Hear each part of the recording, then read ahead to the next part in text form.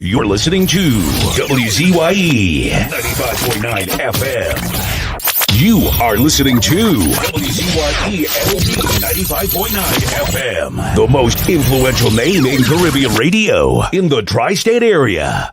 Broadcasting from East Orange, New Jersey. The most influential name in Caribbean radio. WZYE 95.9 FM.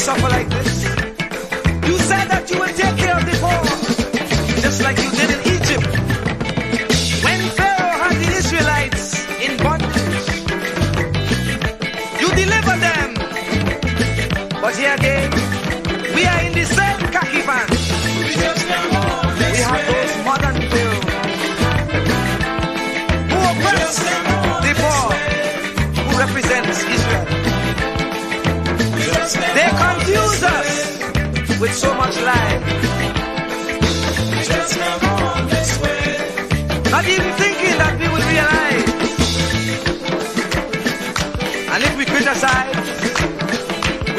ostracized. We don't know who to trust.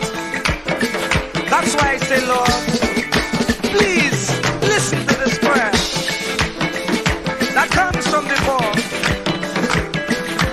Please send us another Moses again. Oh, we just can't go on this way. Please deliver us today.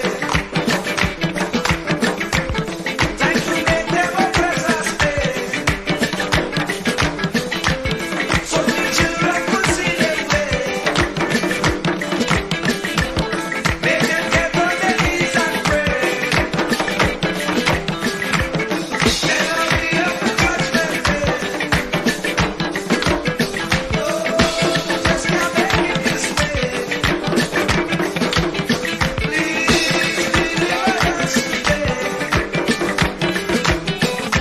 Be like the Israelites did. Please send us another Moses again. Lord, we just can't make it this way.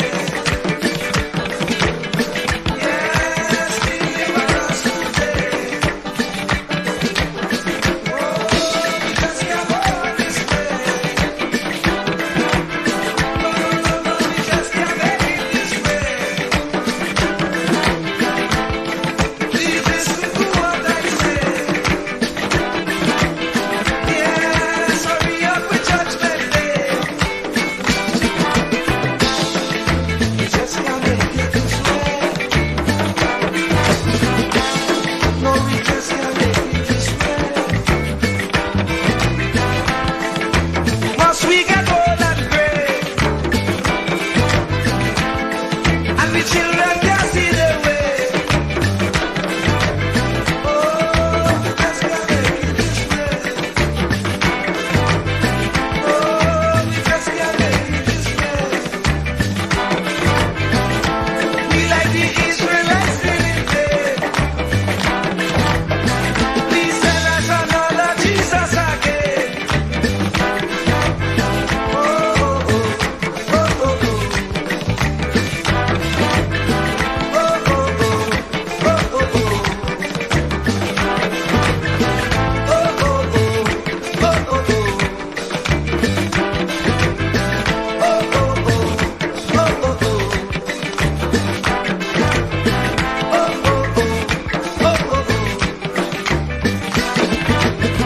Lord, we just can't go this way. Lord, we just can't make it this way. No, no, no, no, we just can't go this way.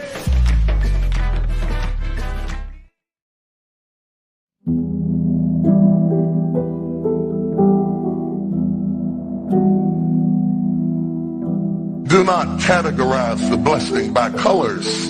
It is not the colors you need to watch. It is the character. Watch out for the character. I'm going to tell you that there are three basic types of people that you will interact with if you are a child of destiny. Can I share this with you? The first group are confidants. Confidants. You will have very few of them. Confidants are those people in your life who love you unconditionally. They are into you. Whether you're up or down, right or wrong, they are into you. They are in for the long haul. If you get in trouble, they get in trouble with you. They'll come see you in the jailhouse. They'll come get you out of the crack house. They're confidants. You can open up and share anything with them. You'll never inherit your kingdom until you find your confidant. You can't be David till you find your Jonathan. Having a good confidant is the key that unlocks the kingdom, because you were raised outside the gate and God's going to cause you to reach over the wall. You got to have a confidant behind the wall who can mentor you for what God is going to do next in your life. The problem with most people is that everybody they run around with is under them. And so you are forever feeding people who can't feed you. And after years of feeding them, they begin to drain you. You got to have somebody who can feed you so you can feed somebody else. Oh, y'all don't hear what I'm saying. Am I talking to anybody in here? You need the confidant then. The confidant is those few people that come along in your life that are for you. They are with you. They are intimately intertwined in your life. They are there to make sure that you reach your destiny. They will confront you. They will get in your face. They will get in your business. They will tell you when you're wrong because they are confidants. If you have 2 or 3 of them in a lifetime, you are a blessed person. Without them, you'll never be who God called you to be. You need to find your confidant. Number 2, the other group are your constituents. They are not into you. They are into what you are for. They are for what you are for. They are your constituents. And as long as you are for what they are for, they will walk with you and work with you and labor with you, but never think that they are for you. They are for what you are for. And you have to know that, because if they meet somebody else that will further their agenda, they will leave you and hook up with them, because they were never for you. They were just for what you were for. They are your constituents. And throughout your life, if you're not careful, particularly if you're broken, you will mistake your constituents for your confidants. And you will think that they are for you when they are really not for you. They are just for what you are for. And by the time you get to falling in love with them, they will break your heart as they hook up with somebody else who is for what you are for, because it was never about you anyway. It was about the causes that you represent. They are for what you are for, but they are not for you. They are your constituents. Can I go deeper with this? The third group are your comrades. These people are not for you, nor are they for what you are for. It is just that they are against what you are against. And the comrades will make strange bedfellows. This will cause people to come together who are not for you, and they are not for what you are for, but they are against what you are against. And they will team up with you to help fight a greater enemy. But don't be confused by their associations. They will only be with you until the victory is accomplished. These people are like scaffolding. They come into your life to fulfill a purpose. And when the purpose is complete, the scaffolding is removed. But don't be upset when they are removed, because the building always remains when the scaffolding is removed. What I'm saying to you, my brothers and sisters, expect the constituents and the comrades to leave you and desert you after a while. Don't be upset when they don't react to your dream the way you expected them to, because they were never really with you in the first place. Be careful then who you tell your dream to, because if you tell your dream to your constituents, they will desert you and try to fulfill the dream without you. If you tell it to your comrades, they won't support it because they never were for what you were for anyway. If you find a few people in your entire life with whom you can share your dream with, you are a blessed somebody. I can tell you how to identify people who are really for you. If they are really for you, they will weep with you when you weep, and they will rejoice when you rejoice. When you walk in a room and you tell somebody good news, stop being happy for a minute and watch their reaction. If they're not happy for you, shut your mouth and walk back out of the door. Oh, y'all don't hear what I'm saying to you.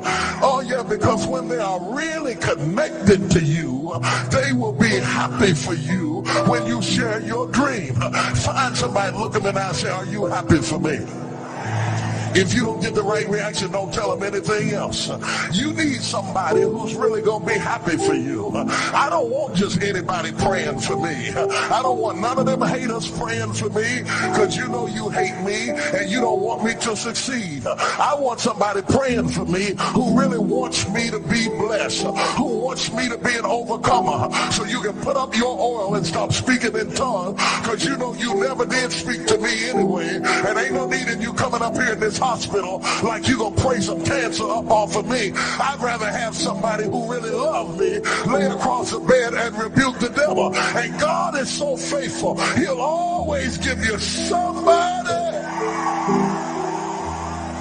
Oh, if he ever sent anybody into your life to help you, you ought to just clap your hands and thank him for the people he sent. Don't worry about the people he took. You ought to praise him for the people he sent. Tell somebody, say, somebody help me. I didn't get here by myself. Somebody helped me to get here. Somebody taught me how to stand. Somebody got me behind the gate. Somebody taught me the protocol of the pilot. Somebody encouraged me when I felt like dropping out of school. Somebody helped me when my back was up against the wall. Somebody mentored me when I was going through a divorce. Somebody helped me when I was going through a crisis. God is so faithful that he will never leave himself without a witness. He will send somebody.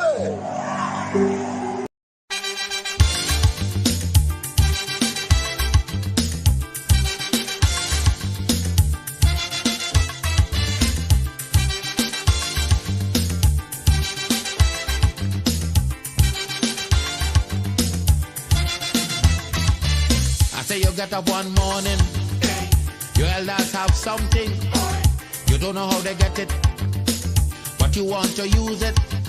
But if you ask them old people to get the things what they went through, ask them this any day, and your parents sure to say, black man have to keep on jamming, for black man to get a little something. Make up your mind, brother, that you're able to get a pulley and jam with the devil. Why? Black man have to keep on jamming, for black man to get a little something. Make up your mind, brother, that you're ready to swim offshore and hold your boat steady. Black man have to keep on jamming, for black man to get a little something. So when you're here, you get a little something. With that dragon, now you keep watching, because I don't tell you already. Black man do get nothing easy.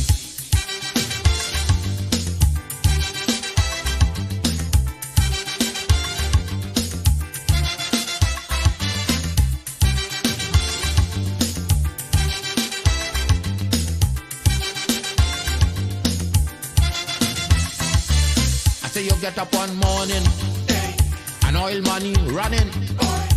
How it come you don't know, so that it can how the thing go. But if they read about Uriah, they wanna find out the pressure. How we get so much old hell to get a penny from TLL. Black man have to keep on jamming, for black man to get a little something. You got to take up your own cash money, pay people for your own refinery. Black man have to keep on jamming, for black man to get a little something. Make up your mind to be a magician, to make money out of scrap iron. Black man have to keep on jamming, for black man to get a little something. So when you're here, you get a little something. With that eagle eye, you keep watching, because I don't tell you already. Black man don't get nothing easy.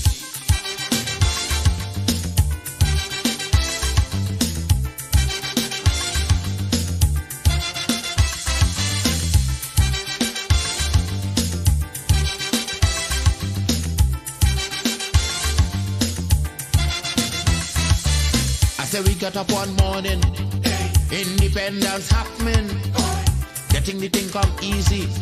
Now they're taking liberty, but if they know about petition, we are to send to England for some woman to tell we in this colony free. Black man have to keep on jamming, for black man to get a little something. You got to go to conference in England to get independence in your own land. Black man have to keep on jamming, for black man to get a little something. People hold you, humiliate you, turn on and sell you, and then they free you. Black man have to keep on jamming, for black man to get a little something. So when you're here, you get a little something. With that dragon eye, you keep watching, because I don't tell you already. Black man don't get nothing easy.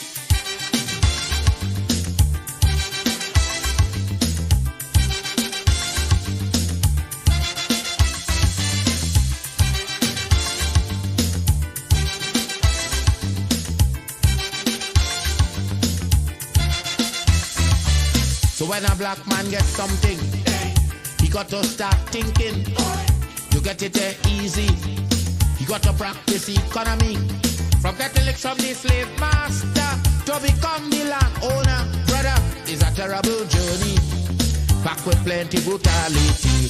Black man now to keep on jamming. For black man to get a little something, you got to rise up, you got to stand up. Pick up your mind, you will always stay on top. Black man now to keep on jamming. For black man to get a little something, you got to go to conference in England to get independence in your own land. Black man now to keep on jamming. For black man to get a little something, you got to take up your own cash money, pay people for your own refinery. Black man now to keep on jamming. For black man to get a little something, make up your mind to be a magician, to make money out of scrap iron. Black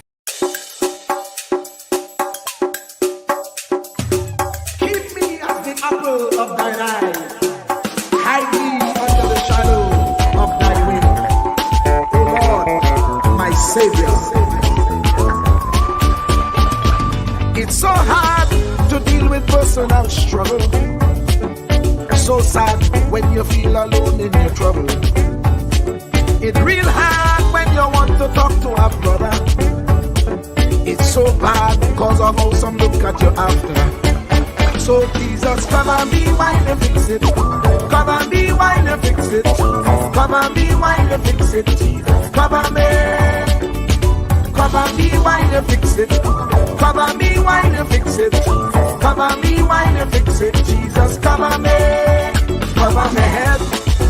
Satan want me dead. Cover my back from human attack. So Jesus, come and be while you fix it. Come and be while you fix it. Jesus, come and be while you fix it. Jesus, come and be. People see you smile, but don't know the hurt that you're feeling. Even as God's child, at times your heart does be bleeding. Where can you go when you're really looking for healing? Who know how to flow when your soul needs some restoring? So Jesus, come and be while you fix it. Come and be while you fix it. Come and be while you fix it. Jesus, come and be. Come and be while you fix it. Come and be while you fix it. Come and be while you fix it. Jesus, come and be. Cover me home from evils unknown. Cover my feet so I'll never retreat. Oh Lord, come and be while you fix it. Come and be while you fix it. Come and be while you fix it. Jesus, come and be.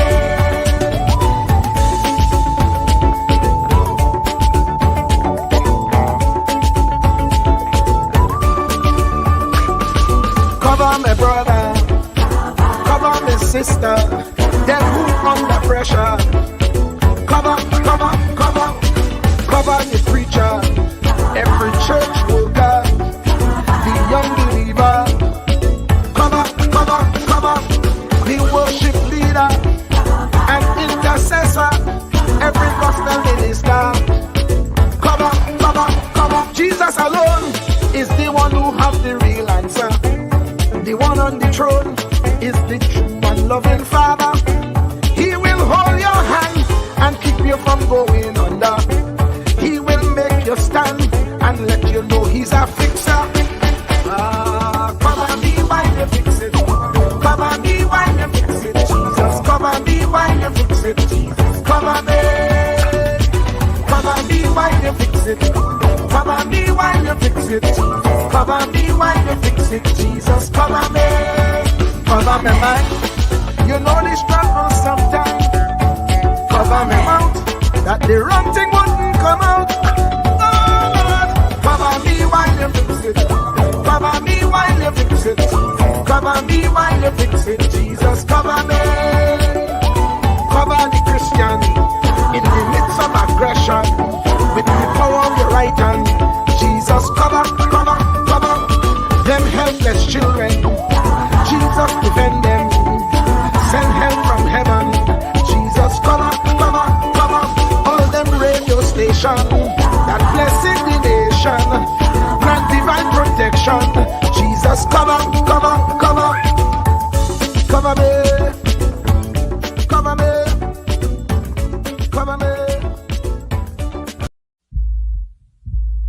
truer words were never spoken. The less you associate with some people, the more your life will improve. Anytime you tolerate mediocrity in others, it increases your mediocrity. An important attribute in successful people is their impatience with negative thinking and negative acting people.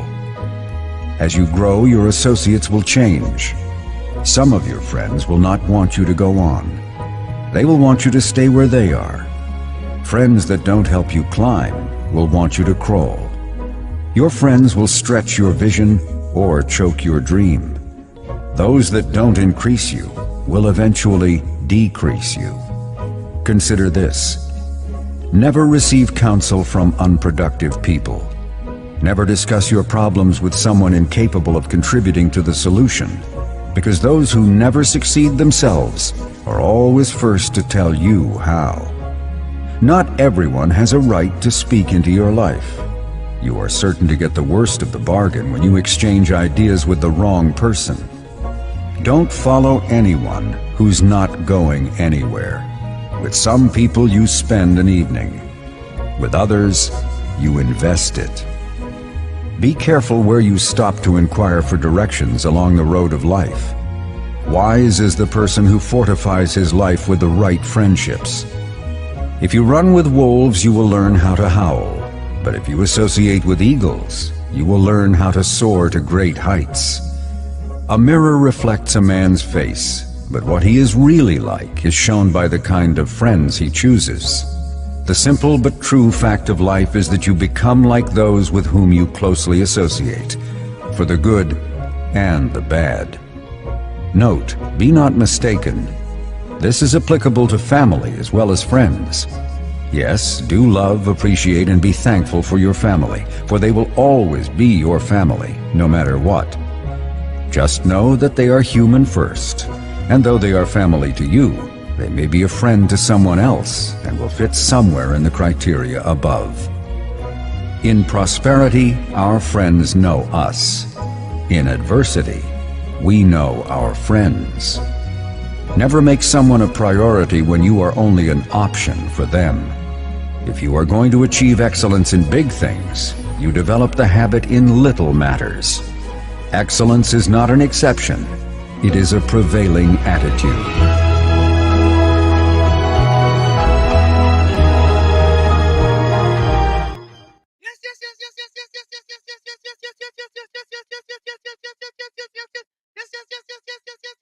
Let me say a special hello to all the WZYE 95.9 FM listeners. Of course, ladies and gentlemen, it's in the village with Uncle Tommy, Professor Wall Street, and you on WZYE 95.9 FM. And of course, ladies and gentlemen, we come to you every Monday, Tuesday, and Thursday from 7 to 10 p.m. That's Monday, Tuesday, and Thursday from 7 to 10 p.m. And folks, I want to apologize for us not being on air on Tuesday, but it was a situation, a family situation, that a difficult family situation. I'll leave it there. Anyway, this is how we start the thing, ladies and gentlemen. This is how we start the thing. Let's go. It have our place, WZYE, where they treat you like friends and family. So if you're looking for a place to belong, going WZYE, you could come along. If you have haste, come with me. We do have Dan on WZYE, Santa Meditate. And of course, ladies and gentlemen, that's the one and only, the love doctor himself, Rennie Muhammad. Yeah, he penned that for WZYE 95.9 FM. We thank him for penning that for us, ladies and gentlemen. So, folks, of course, I'll be running solo tonight. And as I say, we always say, doesn't matter what color T-shirt you wear a purple T-shirt, a burgundy T-shirt, an orange T-shirt. Each and every one is welcome here in the village on WZYE 95.9 FM. Doesn't matter what planet you're from Mazatania, Xenarania, Sonaranias. Each and every one is welcome in the village on WZYE 95.9 FM. So, folks, let me play, even though I want to play this out for all our programs. I think it's kind of important. Here we go. Ansam LeBon and Marshall Nesbitt solemnly swear to conduct this radio program in a true, fair, and balanced manner, ensuring that all perspectives are given equal consideration and that the information presented is objective and unbiased. We pledge to provide a platform where diverse voices can be heard, fostering open and constructive dialogue that serves the best interests of our audience and community.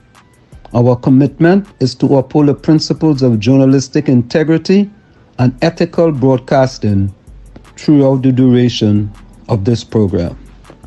Thank you. And there you have it, ladies and gentlemen, our oath that when we come here and we sit in front of these mics, that we are going to be honest with you. We're going to bring you the facts. And if we don't have the facts, we're going to basically tell you that it's speculation. So let me go into the chat. First thing tonight was our good friend Takesha. Takesha, welcome. Takesha says, good night, everyone in the village. Tommy, good night. Ansam, good night. No room for hate or negativity, just love in the village. Yeah. All the ladies and gentlemen, a pleasant good night. Bijram is up. Good day, everyone. Locked on today menu. No food. Sit down under a starch mango tree and suck about 25 mangoes. Boy, you know how much vitamins that is, Bijram, boy? You know, Bijram, as you say that, my brother just sent some mangoes somewhere from Florida. So they that two ripe ones, yeah. And the other ones I had to put them to ripe. But they smell good, boy. They look like Julie mango. But you know, Julie mango is. It, let me ask a question, right? Is Julie mango the sweetest mango in Trinidad and Tobago? In my estimation, the sweetest mango I've tasted in Trinidad and Tobago is a Julie mango. I haven't tasted anything sweeter than a Julie mango. So yeah, we go get into that. Caribbean Soul, welcome. Caribbean Soul says Wall Street. Just now, the UNC official page on YouTube was hijacked by Parry and his team broadcasting their slate on the page. They now pull them down off the page. What, boy? They hijacked the page, boy? Really, boy? Huh. I tell you, boy, that infighting in the UNC ain't easy, boy. But folks, we have some breaking news for you. Eh? Let's go to the breaking news. Um, I just received this in my mailbox, which is, I think, good news for many. So here it go. Okay, I got good news. Court was a success. Restrictions removed. Passport is given back to me. I'm able to leave the country. All good news. Court again next Thursday. So there you have it, folks. Christmas list has his passport back. He can leave the country. I wonder what is next in that, boy. What's next in that, boy? Because, Trinidad get raked over the coal all over the world for that. I mean, this was a PR disaster for Trinidad and Tobago. Bijram say he love dudus and starch. Yeah, boy.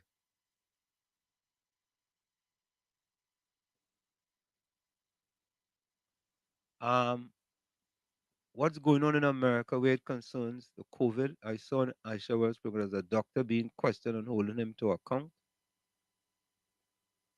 We don't really, to be honest with you guys, here where I live, in Jersey and in many other parts, we don't really, COVID is a non-issue now. COVID is not really an issue as far as we are concerned. It's really a non-issue. People just go about their way rejoicing. Whatever happened in the past, and nah. And I wonder what state that was. I don't know. I don't know. We don't really worry about that no more. COVID is not something that's on the tip of our tongues on a daily basis here in the United States, in New Jersey. Let me don't say United States of America, in New Jersey. We don't really um Russian warships coming to the Caribbean. Oh God. Maybe to defend maybe to defend Trinidad against Venezuela. I don't know. Maybe. You never know. Yeah, but folks, the never-ending stories continue in Trinidad and Tobago. Um, all kind of story. But what was interesting, right? We saw what happened at the Port of Spain General Hospital, and the Minister of National Security had called a press conference. And I think the Minister of National Security called someone name. Them fellas can't even get their facts right. And he had to apologize because he called someone name. Let me get that for you guys. I don't know if you guys heard about this one, where the minister called out someone, and when he got the correct information, he sent out a press release to apologize for calling the person's name. Let me get that. Let me see where I have that. No, it's not there. Maybe it's over here. And also, folks, we want to take a quick look at the TPP. Yeah, the TPP having their internal election coming up soon. So here it is. So while you do it, let me read it from on my phone, right? So Hines apologizes. Um, he called someone name, and here we go.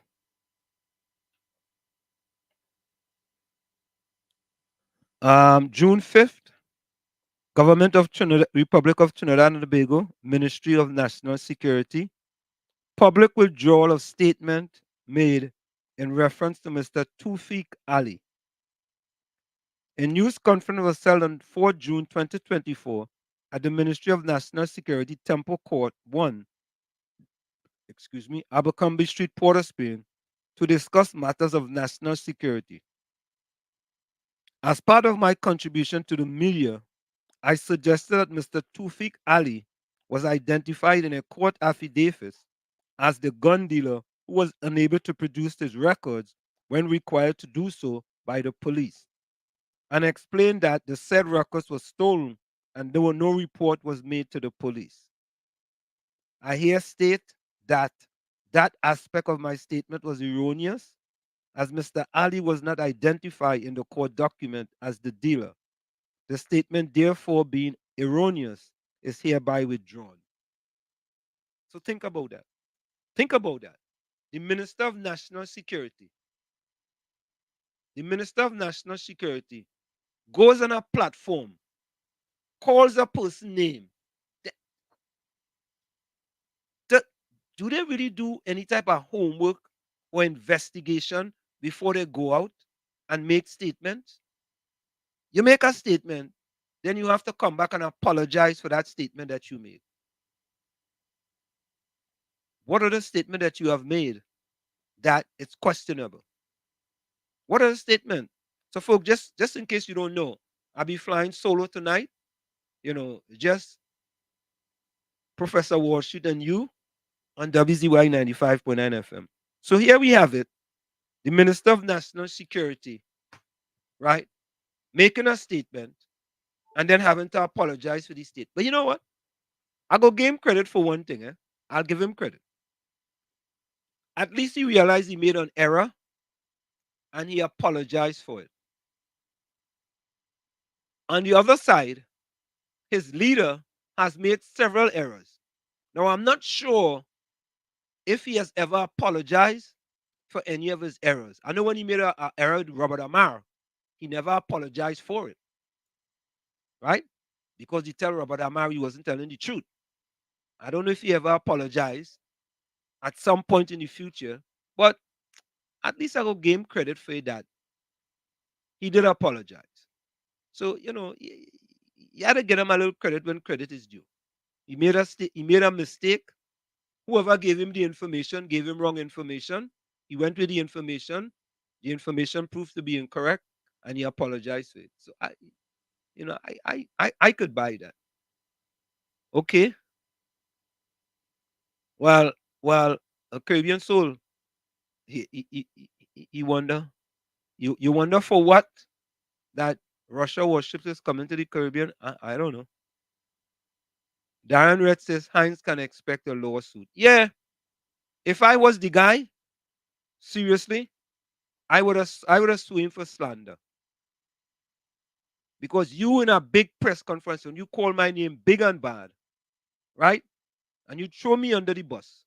And then you just want to come and apologize just so nah. You had to pay the piper. But I give him credit for apologizing though. You gotta give credit where credit is due. He apologized, so give him credit. But folks, we had so many things going on in Trinidad and Tobago. Sometimes you just ask yourself, where do we start? Right? Where do we start? Some people just say, well, Wall Street, you know where you need to start? Start from the beginning.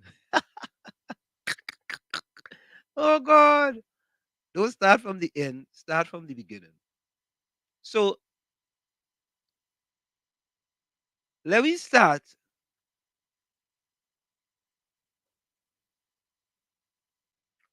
At the top of the hour, right? I want you all to stay tuned, because I want to bring to you guys again the Afrex Exim Bank. The Afrex Exim Bank. It's a big deal, and I'm going to try to reach out to Harvey Burrs tonight as well, because he also spoke about that. I already talked to Dr. David Mohammed, and we are going to try to talk to Harvey Burrs. But something is going on in Port of Spain. As of yesterday, something new is going to happen in Port of Spain, which is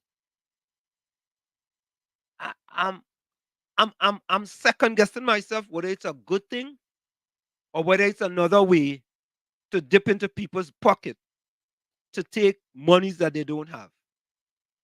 I'm not sure, but I want you guys to listen to this. Watch this and help me here. Do you think this is something that's right? Because people just do this and do it any kind of nilly-willy and do it any kind of how. But take a listen to this. Indiscriminate parking in the capital city is to be a thing of the past come Wednesday. And the Port of Spain mayor would like the motoring public to know the police need only go so far in attempting to find the driver in question. They have to make a valid attempt within the general vicinity. That attempt doesn't mean that they spend an hour looking for the driver, but they have to be diligent in their duty.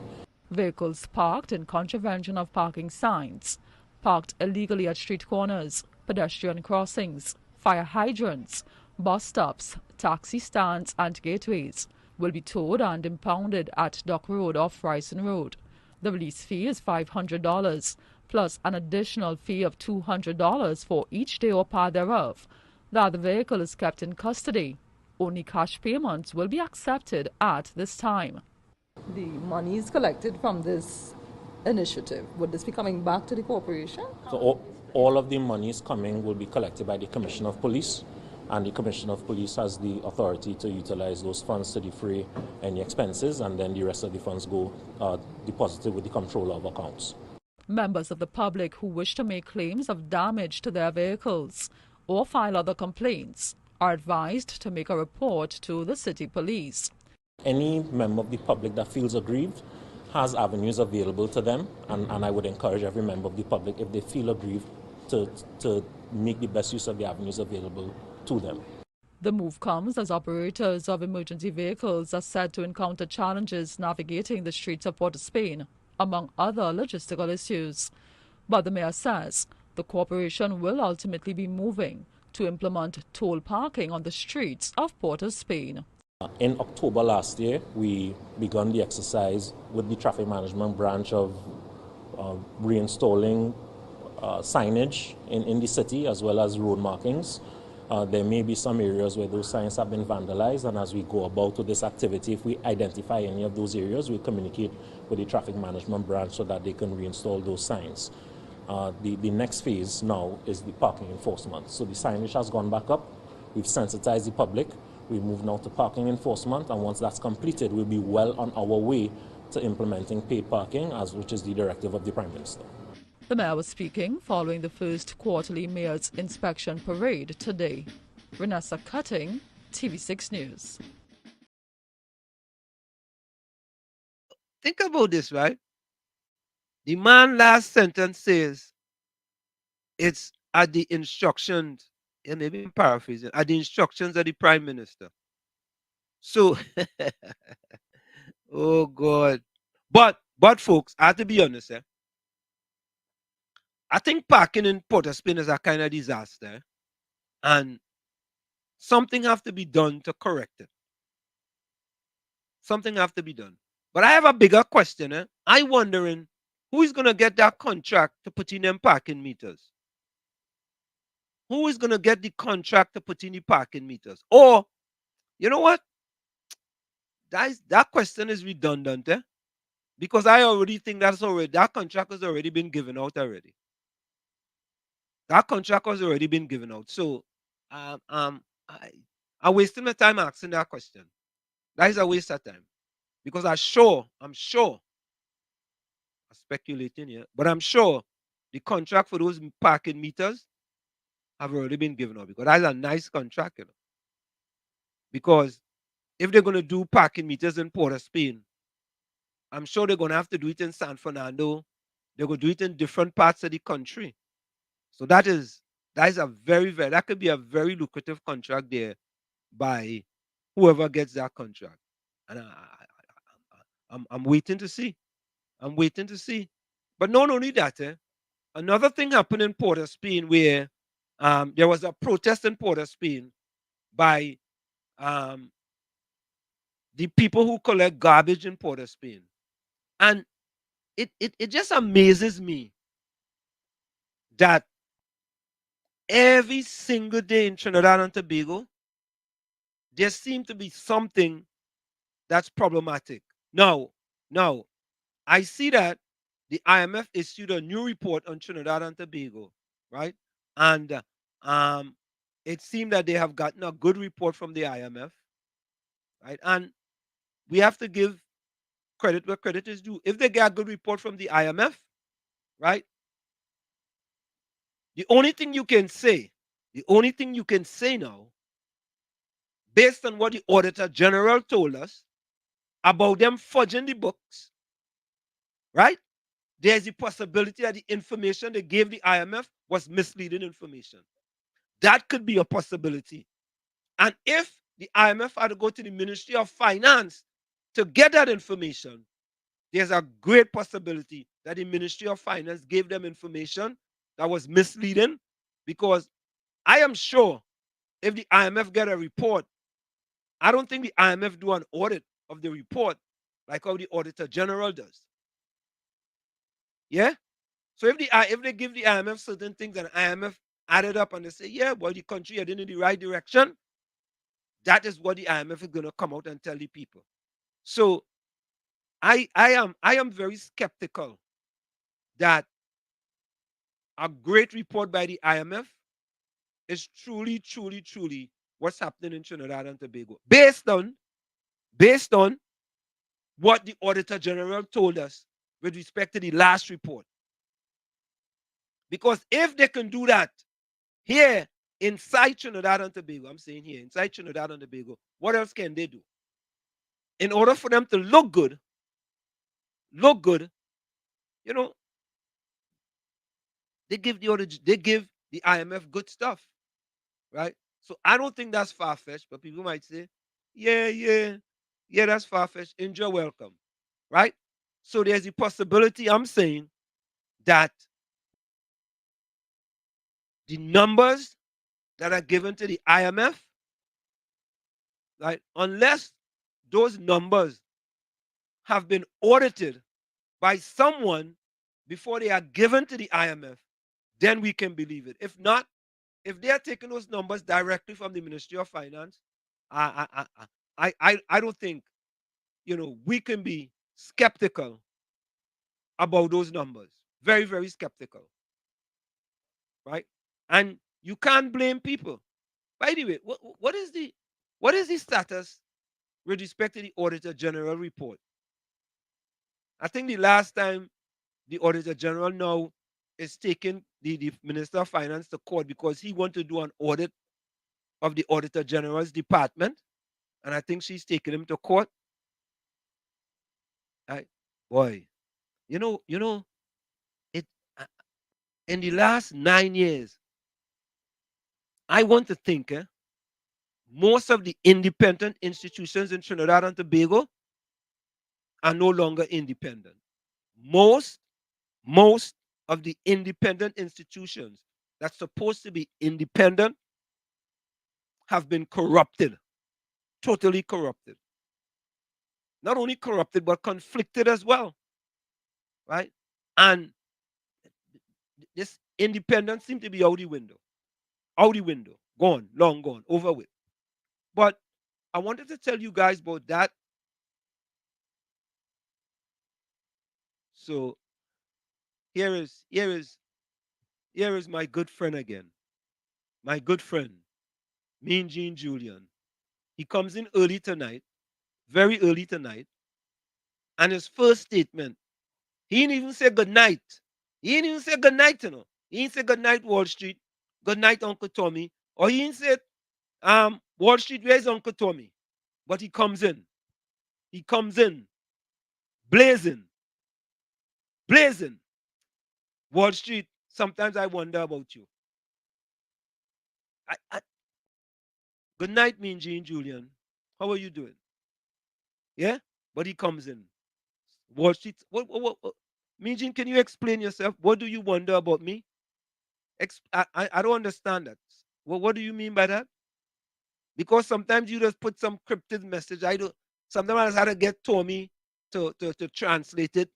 I had to get Brooklyn to translate it. Help me. Maybe Darren can translate it. Darren, help me translate Mean Gene thing there. I'm going to put it up on the screen for you. Help me translate it. He said, Wall Street, sometimes I wonder about you. I mean, you wonder good things about me. You know, he like the way I'm going. Okay, Wall Street, the judge dismissed the case with the Auditor General without a reasonable explanation.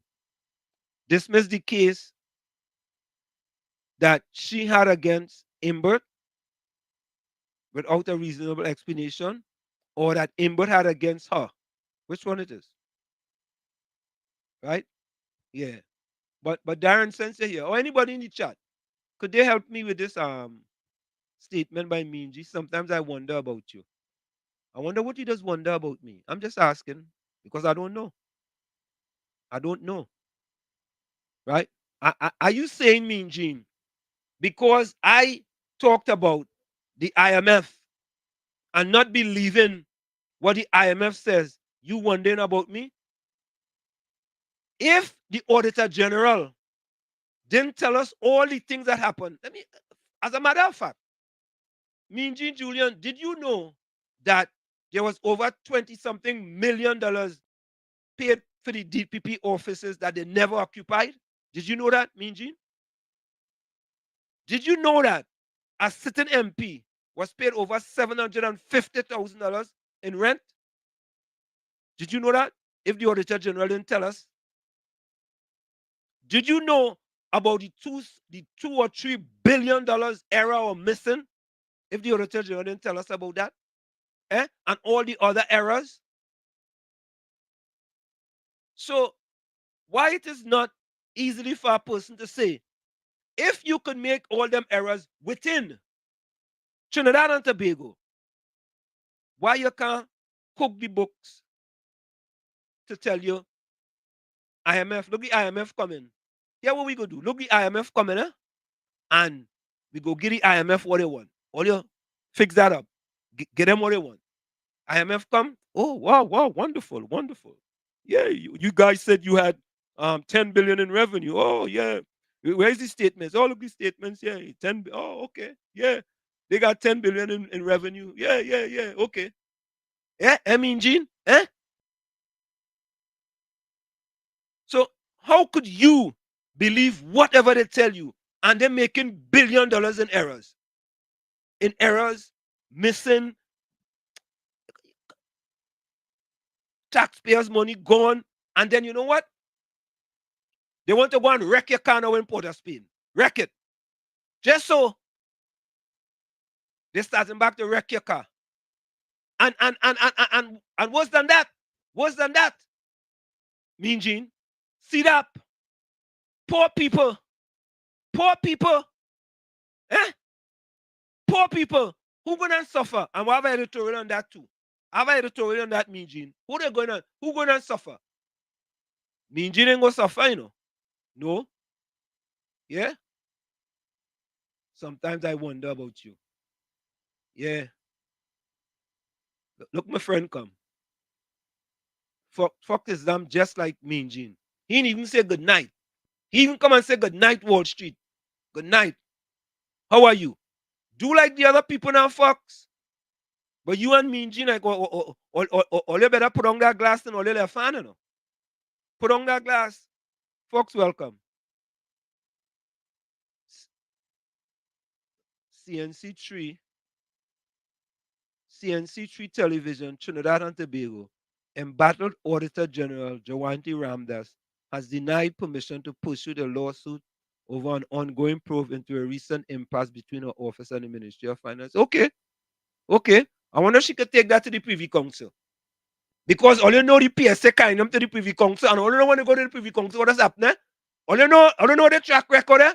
But you know, boy, you know what they go be, boy? Can you imagine the day, boy? USA beat Pakistan in cricket in T20, boy. USA, you know? Oh God! I watched the game. USA beat Pakistan in T20 cricket, you know? I said, but what is this, boy? What is this? I wonder if Mean Gene watch the game. I don't think he could play cricket. I don't think he must ever play cricket in his life, eh? But I know you watch plenty cricket. Yeah. USA beat Pakistan. So, all right. So they denied permission. They denied her permission. All right. The judge dismissed the case. Okay. All right. I wonder if she could go to the Privy Council, because you know what? When they go to the Privy Council. Yeah? You know when they go to the Privy Council, they just be like the West Indies in T50. Not T20, you know, T50. They just lose often. Right? Andre Lochan, welcome. Yeah. Andre, it's true. How could we believe anything that comes out of the Ministry of Finance with respect to anything happening in the Ministry of Finance? We can't even clear up the situation yet. With the billions of dollars missing, errors, whatever you want to call it, we can't clear that up yet. But you glowing about the IMF report, only miss me with that, eh? Yeah, Mr. Florida, welcome. Good night, Mr. Anselm. I see like Mr. Tomino there. So, Mr. Anselm, I was watching something to the deficit at this year budget is $9 billion. Yeah. So, yeah, I saw that. So let me Gene and all them talk and when it's time to pay this bill, the only solution they're gonna do to make sure that this bill could be able to get paid is to devalue the dollar. And tax and when you. they devalue and tax people. Tax them. And tax people them. And devalue the dollar and tax people. You're correct. You know, Mr. Florida, I feel they should tax me, Gene, wherever he live in. They should tax he too. Let he pay a tax. Yeah. Let he pay a Trinidad and Tobago tax too. Mr. Anselm, these fellas that I mean, I don't feel them fellas have kids and things, you know. I don't think them fellas have no future generation. I think they have kids and they have a future generation. Yeah, that breed enmity. Because if they had family and kids and all that, they would think about the future. Imagine that. You have a nice man say 6 billion turned to 9 billion in deficit. Them to start back to pay this money. Mr. Roger, and I watching time and very good transition. And before you go, so how we gonna believe whatever information them give to the IMF, and then the IMF give them a glowing report based on the information that comes from the Ministry of Finance? That's our next thing too, Mr. Hansen. The IMF say how something about the forex in Trinidad, like it's not equally distributed or something like that. I had to read up more on it. I just watch the whole thing. The MF give them a bad report about the Forex. Yeah. So look on listening, Yeah, Mr. man. Ansel. Bless. Yeah. Here we go. I want me Jean to tell you people how you want people to believe what coming out of the Ministry of Finance when we had billions of dollars, billions, not millions, billions missing, error, couldn't find it, all kind of thing, 20-something million paid for office they never occupy. Talk to me about that. Guys, we're going to go for the quick break. It's in the village with Professor Wall Street and you. Going solo tonight on WZYE 95.9 FM.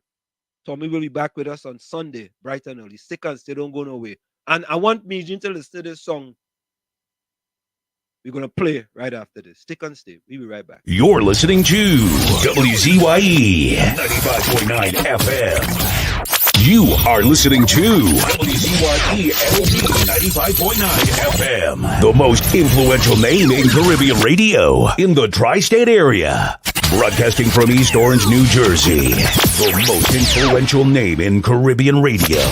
WZYE 95.9 FM.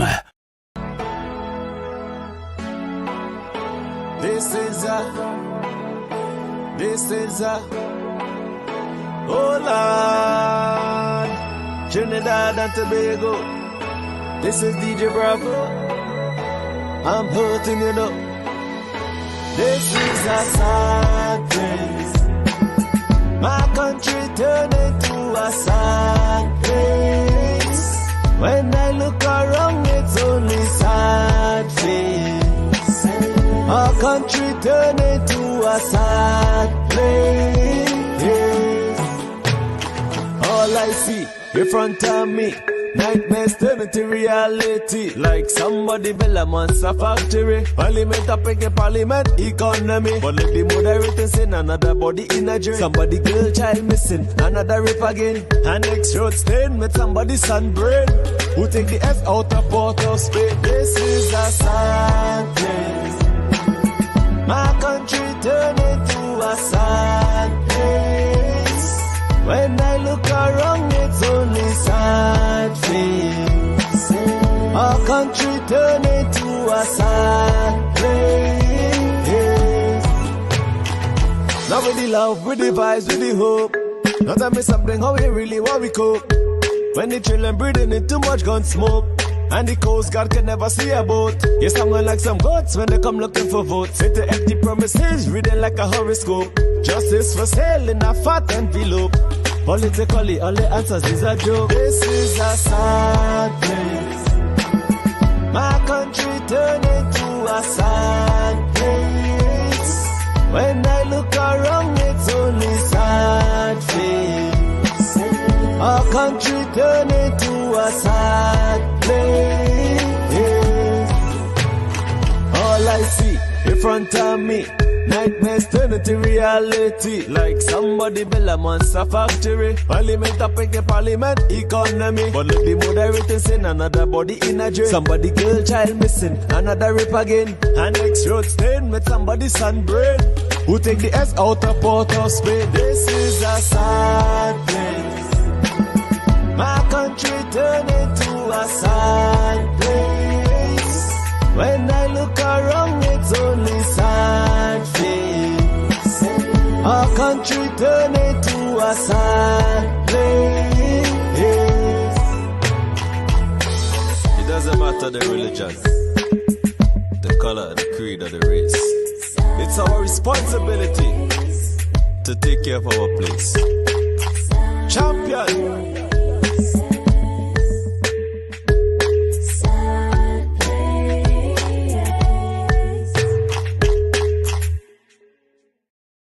We are back with you. It's in the village with Professor Wall Street and you on WZYE 95.9 FM. You can reach us here at 973-868-1444. That's 973-868-1444 or 973-609-6509. 973-609-6509. You can also send your voice notes to those numbers as well. You can also share the live on WZYE 95.9 FM on Facebook and Twitter, or WZYE TV on YouTube. Let me get back to the chat.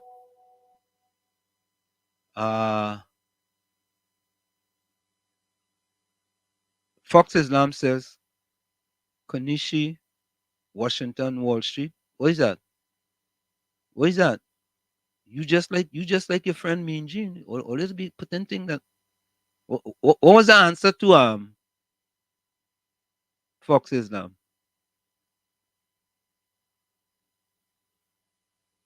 Mean Gene said it's so easy to get into your head. You get into my head? No, you ain't getting into my head, Mean Gene. You're outside of my head, but not inside my head. Yeah. Yeah, when you put up certain things, it makes me wonder. You still didn't answer the question yet, you know? What do you mean by what you said? So Caribbean Soy still, you believe it's 12 billion in debt. Okay. Renwick, welcome. From Sweet Tobago. Caribbean Soy said, but how we so sure the numbers Inbud given us in Trinidad is the same figures he sent to the IMF to come up with their results? That is exactly the point. That is the point. Mean Gene said, I said nothing about the IMF for the Ministry of Finance. So that is why I'm confused, Mean Gene. That is why I'm confused. I didn't understand. I didn't understand the comment. Highly welcome. Maybe Highly can help we with Mean Gene comment. All right. If we get $10 from revenue, the government could tell the IMF they got 20. All right. There you go, Fox. Fox said good night in Japanese. Konnichiwa. Is that what it is? I think that's what it is. That's something like that. Something like that. Yeah. Yeah. So we have, when we have the defenders, we have the defenders. But all you know, I watched the Soca Warriors play Grenada tonight, and last night. And I'm going to call Angus Eve and tell him to draft Fox Islam and Mean Gene Julian to play defense for them. Seriously. I'm going to tell him, draft them two fellas. Because them fellas could defend by any means necessary. After I tell them the Soca Warriors looking for some good defenders, just imagine Grenada, I think, rank, 170 something or 200, and them tie with the Soca Warriors 2-2. Imagine that. That's how bad, it going from worst to worst, From worst to worst, we tie with Grenada 2-2. And we home too, We in Trinidad. And you know what's sad? I hear the crowd, they say it's only about 8,000 people. I say, but what? Or, as they say that about sports. I want you all to listen to something what Otto Bolden had to say. He spoke before the UN General Assembly. As a matter of fact, let me see if I get that one here. Let me see if I get that one. Yeah, Highly, we had I had some it was a difficult time for us. I'll put it that way. Caribbean Soul, if they paint the ball red, they will fend. What? If they paint that ball red, Caribbean Soul, them fellas defending like no. You had to put a balize. You had to put a balize on it. You just can't paint it red. You had to put a balize on it too. And what? Them fellas defending like nothing, boy. Fox and Mean Gene. We got what we had to do. We had to put Mean Gene inside left, right? And Fox inside right. So they could be next to each other. Oh God. And I feel, if you ask me, I feel with them in defense, the Soca Warriors could beat anybody in the Caribbean. I feel so. Mean Gene inside left, Fox Islam inside right. Both of them. Nobody in penetrating that defense. And you put a balize on the ball, oh God, make it even worse. What? Them, is defense or so, How you mean? Please. Nobody in beating me then, boy. Nobody in beating me. By the way, folks, if you just joined us, Chris can go, man. So let me just show. This is the breaking news. Okay, I got good news. Court was a success. Restrictions removed. Passport is given back to me. I'm able to leave the country. All good news. Court again next Thursday. I glad he going back home, man. I glad. Because what he has done, think about this, all you.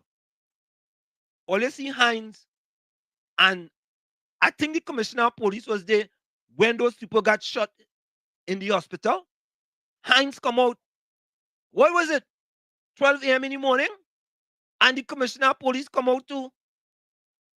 So, Chris, you have done a splendiferous, tremendous, marvelous, fantabulous, splentastic, spectacular job in Trinidad and Tobago. Because you have people who were sleeping on the job finally wake up. Finally wake up. Even though they should still go, right? I know wasn't here Tuesday, but I go get all of the editorial on that one too. But we have so much editorial since we didn't do our Tuesday show.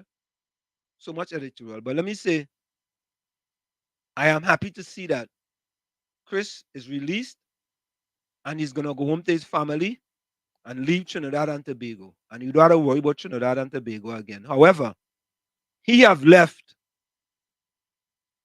an indelible mark on Trinidad and Tobago because what he has done, he have exposed crime in Trinidad and Tobago, exposed it to the fullest, like no other.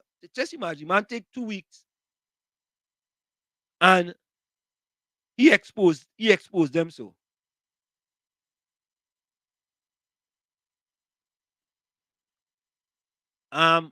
Fox is down wants to know what caused you to stop playing for PNM. You voted PNM in 2015. Hey, Fox, Mbappe moving from PSG to Real Madrid, right? You know about that? I don't know. I know about football too. You know about that, right, Fox? Eh? Why? Ask Mbappe why he moving. Ask him now. Ask him. You want me give you his number? I can give you his number too, you know. I give you his number so you could call him. Yeah. So let me get to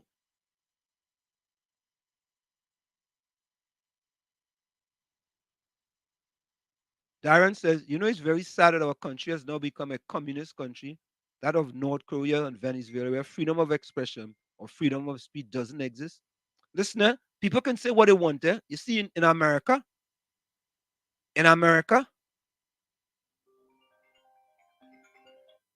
yeah, KFC. Hello, good night. Yeah, good night. How you going? Hey, Mr. Washit. Yeah, man. Bless. Good night, Mr. Washit. Good night, Uncle Tommy. Yeah. Washit, you rolling solo by yourself tonight? I'm flying solo, boy. I'm flying the flag. Wait. What you think about your partner, Guy Griffith? Want to talk to the Prime Minister to come help him to fight crime? The Prime Minister?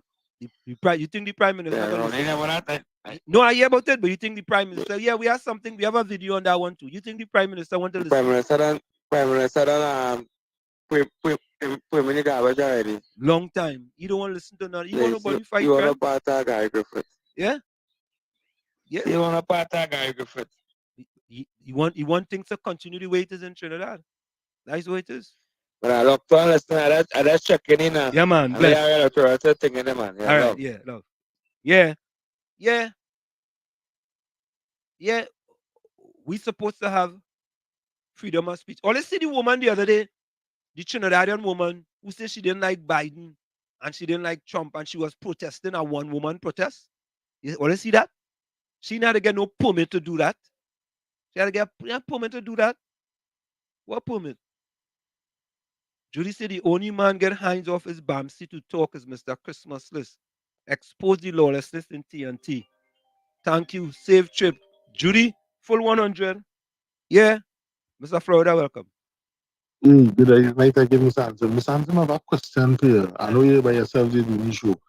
But after Chris showed the whole of Trinidad and Tobago all those videos and how dilapidated the communities is and no opportunity and kids not going to school and what their attire is, they don't even have proper shoes to kick a ball or anything. Do you think that will deter the PNM supporters and voters to change their vote? No. Or would they still vote for PNM? No, they PNM till they're dead. So, They race till they're dead. You see, that just goes to show. So no matter Chris highlights it, at the end of the day, it comes like nothing. It's just the rest of Trinidad and Tobago and the Caribbean who never see those parts of Trinidad. We get to see it now. Rest till they're dead. So that is what I'm showing here. So and they say they want change. How do we get change? No, and if they're not willing to vote against the PNM, so look on the same answer. Yeah, bless. I want you all to listen to something. Listen to this fella from TC and Heavy show today. Listen to this. Listen to this, Olia, maybe I should give you some context first, Let me give you some context before we play that. So there's the Afrex Bank supposed to be coming to Trinidad, but it's one of the only Trinidad and Tobago and Jamaica, one of the two only Caribbean islands that doesn't have the Afrex Exim Bank. Right?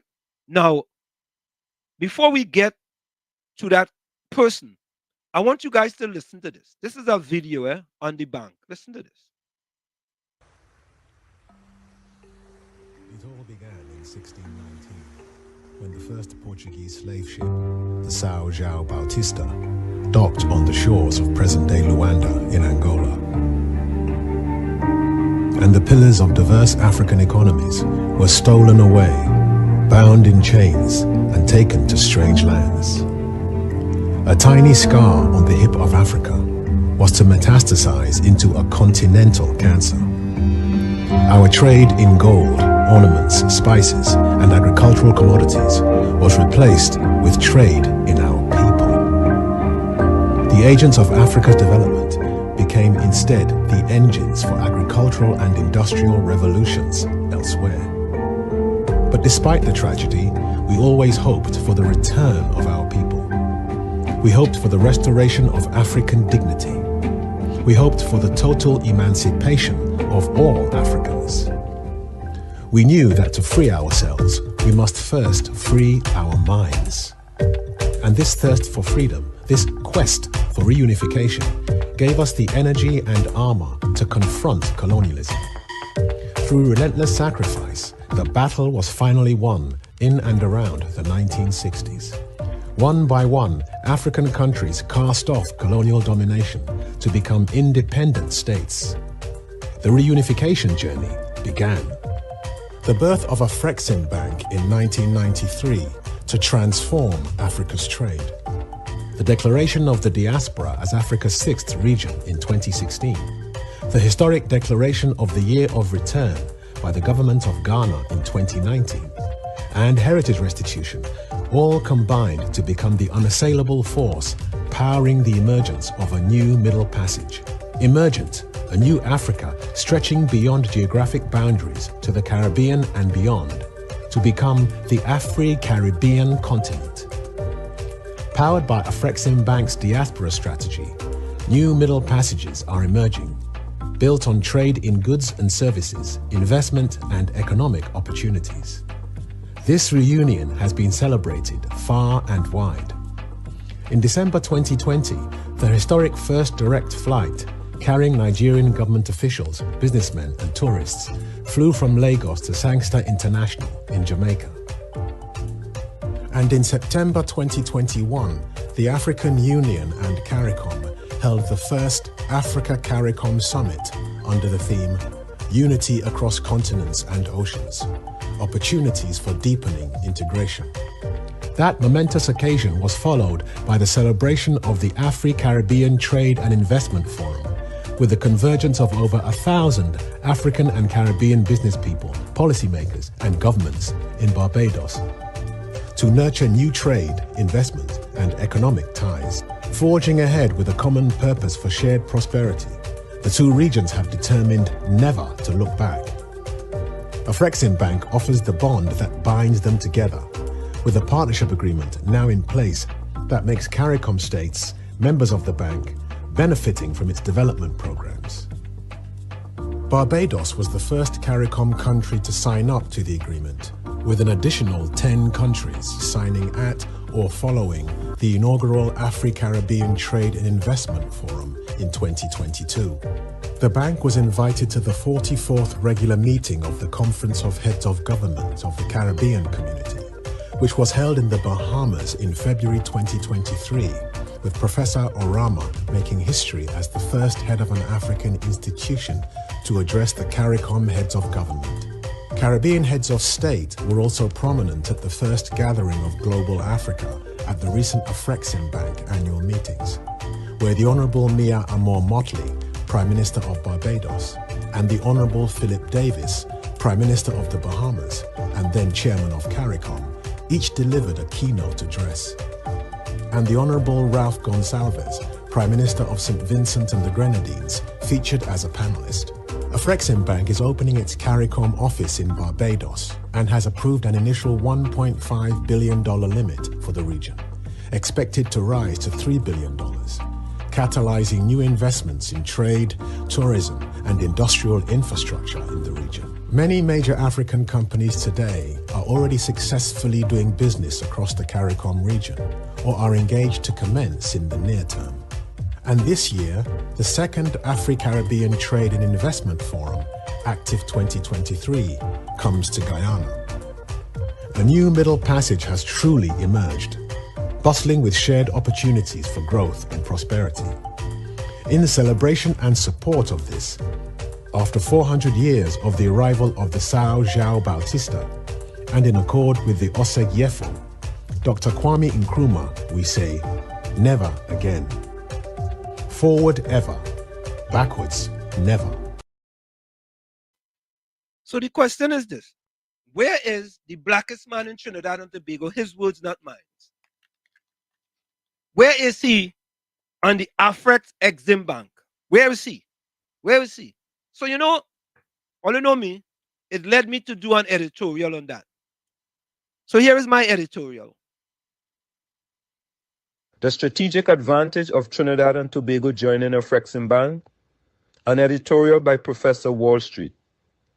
As Trinidad and Tobago navigates the complexities of global trade and economic development, the decision to join the African Export-Import Bank, Afreximbank, could be a pivotal move for the nation.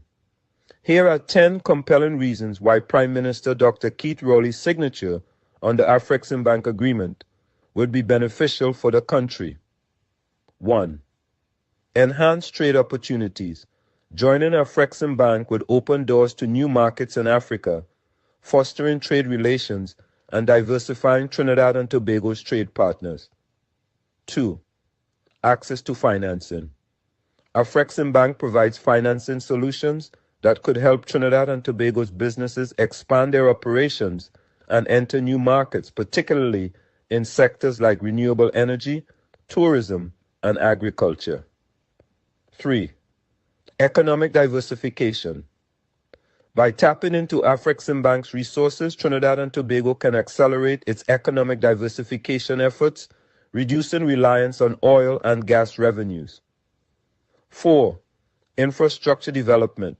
The bank's financing could support critical infrastructure projects in Trinidad and Tobago, enhancing the country's logistics and connectivity. 5. SME support. Small and medium-sized enterprises, SMEs, in Trinidad and Tobago could benefit from the bank's capacity building assistance, enabling them to scale up and compete internationally. 6. South-South cooperation. Membership in Afreximbank aligns with the principles of South-South cooperation, promoting mutual growth and development between Trinidad and Tobago and African nations. 7. Investment attraction. The country could attract more foreign direct investment by showcasing its commitment to international trade and economic partnerships. 8. Strengthen financial sector. The partnership could lead to a more robust financial sector in Trinidad and Tobago, with local institutions gaining access to Afreximbank's financial instruments. 9. Cultural and diplomatic ties. Beyond economics, joining Afreximbank would strengthen cultural and diplomatic relations with African countries, enriching Trinidad and Tobago's international standing. 10. Strategic positioning. As one of the few remaining CARICOM countries not signed on, Trinidad and Tobago has the opportunity to strategically position itself as a leader in Caribbean-African relations. In conclusion, the benefits of joining Afreximbank are multifaceted, offering Trinidad and Tobago a chance to bolster its economy, expand its global reach, and play a more influential role in regional and international affairs. It's a step towards a more prosperous and interconnected future for the nation and its people. If Prime Minister Rowley was truly a man of his words when he stated the following, we need to confront a reality that we cannot run away from, and that reality is, in a diverse society, Trinidad and Tobago, African people are not doing as well as we expected or as well as we might fact. Then what is the hesitation for Prime Minister Rowley to approve the Afreximbank in Trinidad and Tobago? So, folks, we have interviewed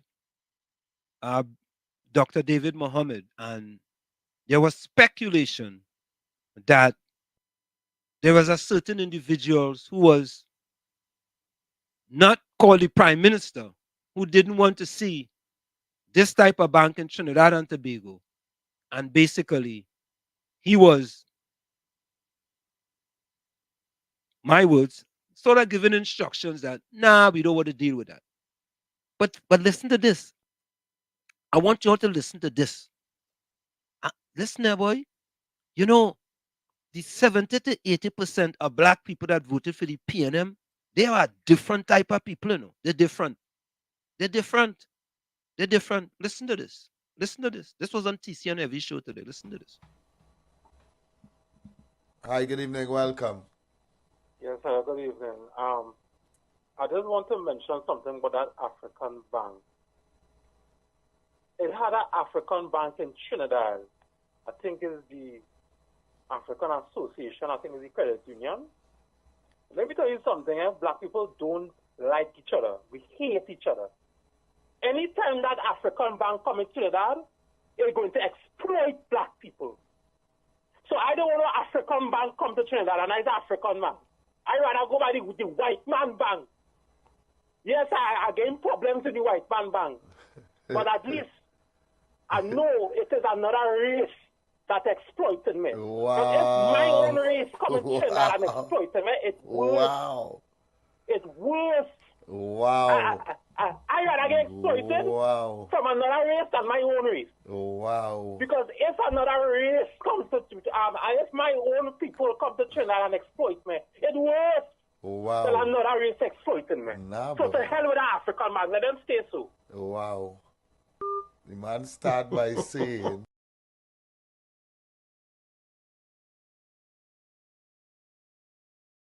Well, you hear that?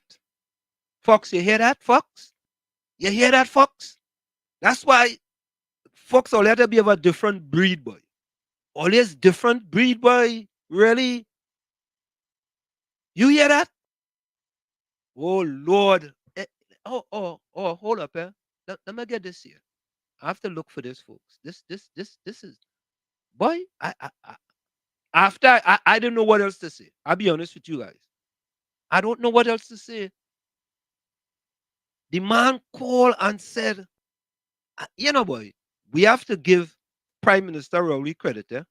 As much as you guys may not want to give him credit, eh? He have done a masterful job on those 70 to 80% of black people that vote for the PNM. Really. He has done a splendiferous job. Yeah, because this man calling the radio station and saying I don't want that in Trinidad. No, I rather have the other people exploit me. Other ones, only exploit me.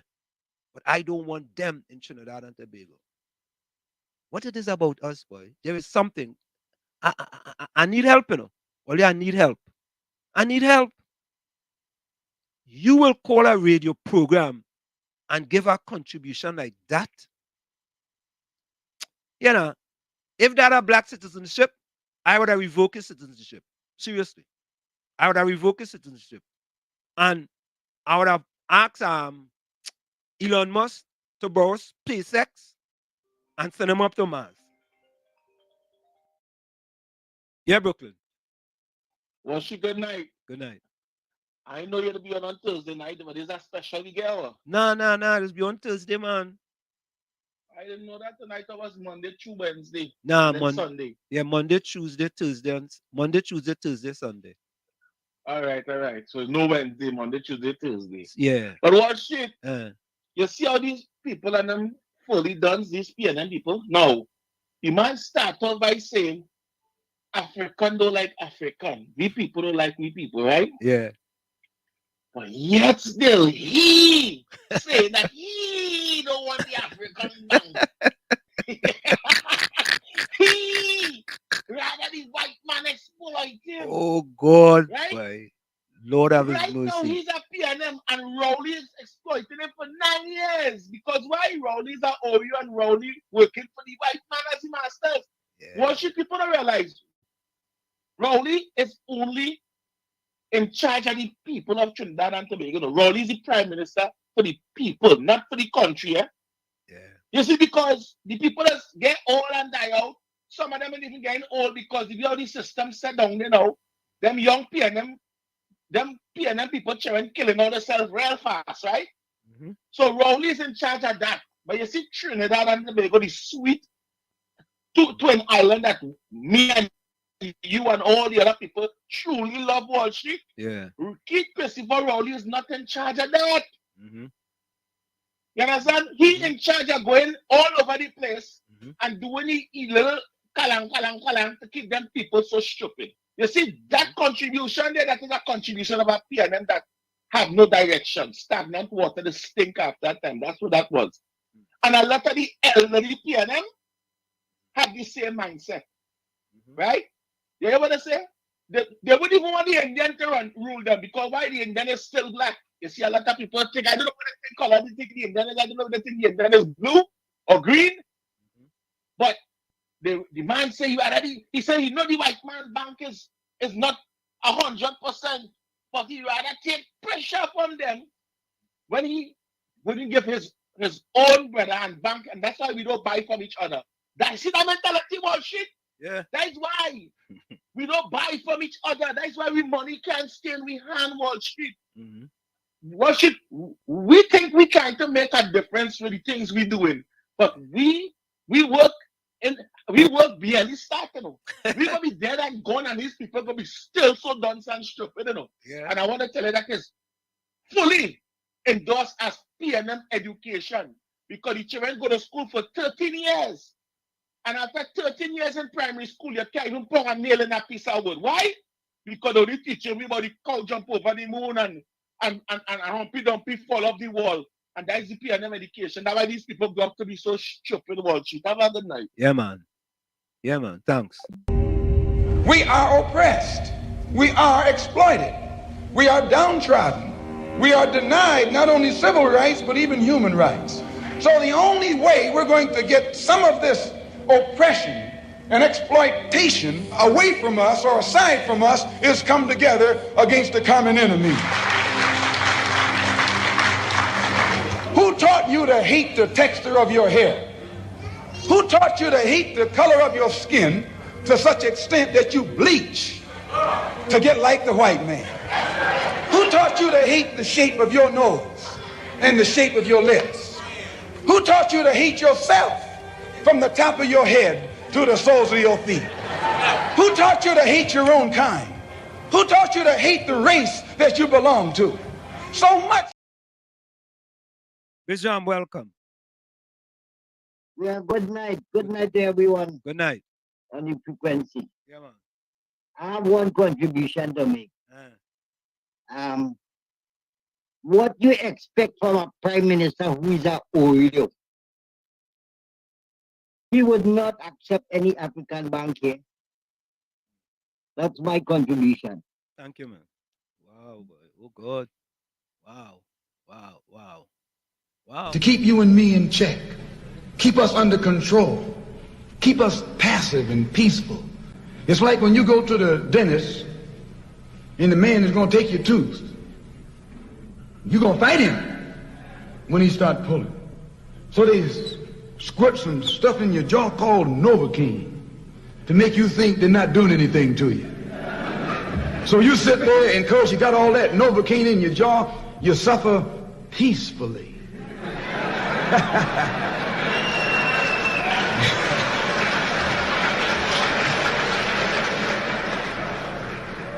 Blood running all down your jaw.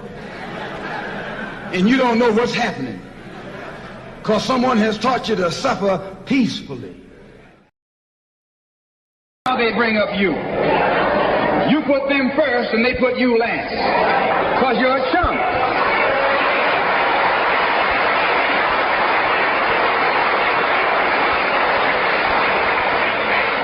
A political chump. When you see this, you can see that the Negro vote is the key factor. And despite the fact that you are in a position to be the determining factor, what do you get out of it? That party can't keep the promise that it made to you during election time, and you're dumb enough to walk around continuing to identify yourself with that party. You're not only a chump, but you're a traitor to your race.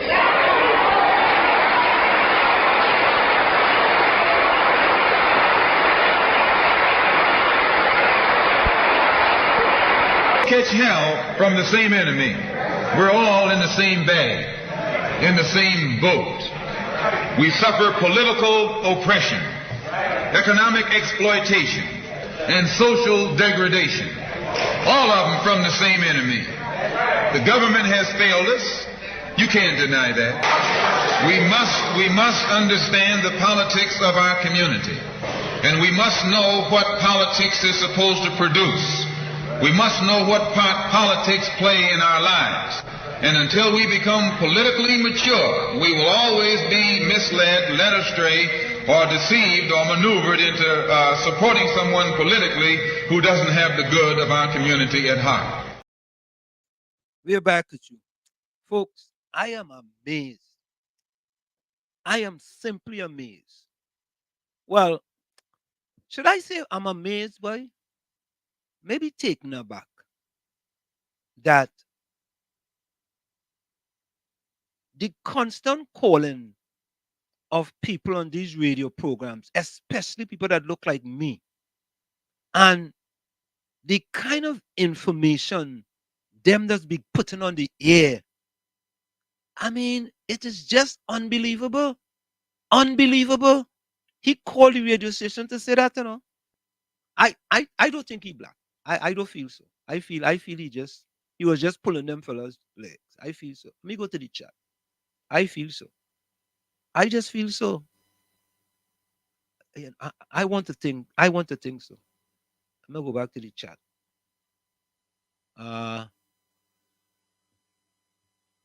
Okay. All right. So Judy says, on Wall Street, why do you respond to him, eh? Oh God. Okay.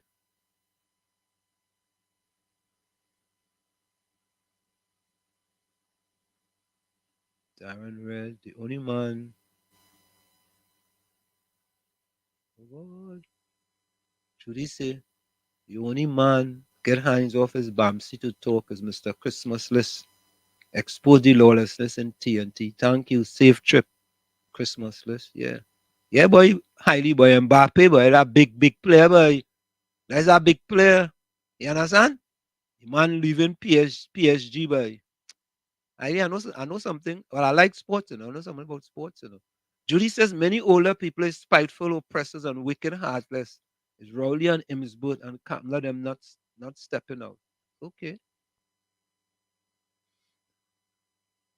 Darren says, look at what they did to that Canadian citizen, Mr. Christmases. They had a guy with sedition. They charged a guy with sedition just for highlighting the youth from the East-West corridor and by extension, mainly the PNM strongholds. Don't leave that out. Maybe there's a reason why the PNM don't want the African bank come here. Corruption, money probably bank there. Nah, that ain't nothing to do with it. That ain't nothing to do with it. Yeah. I they look the ship. They say bring millions of Africans to the West. Eh? Look at the ship. I did like what you see, right? Cameron Murray, welcome. Good night. I want to say thanks to Mr. Christmas for showing the truth.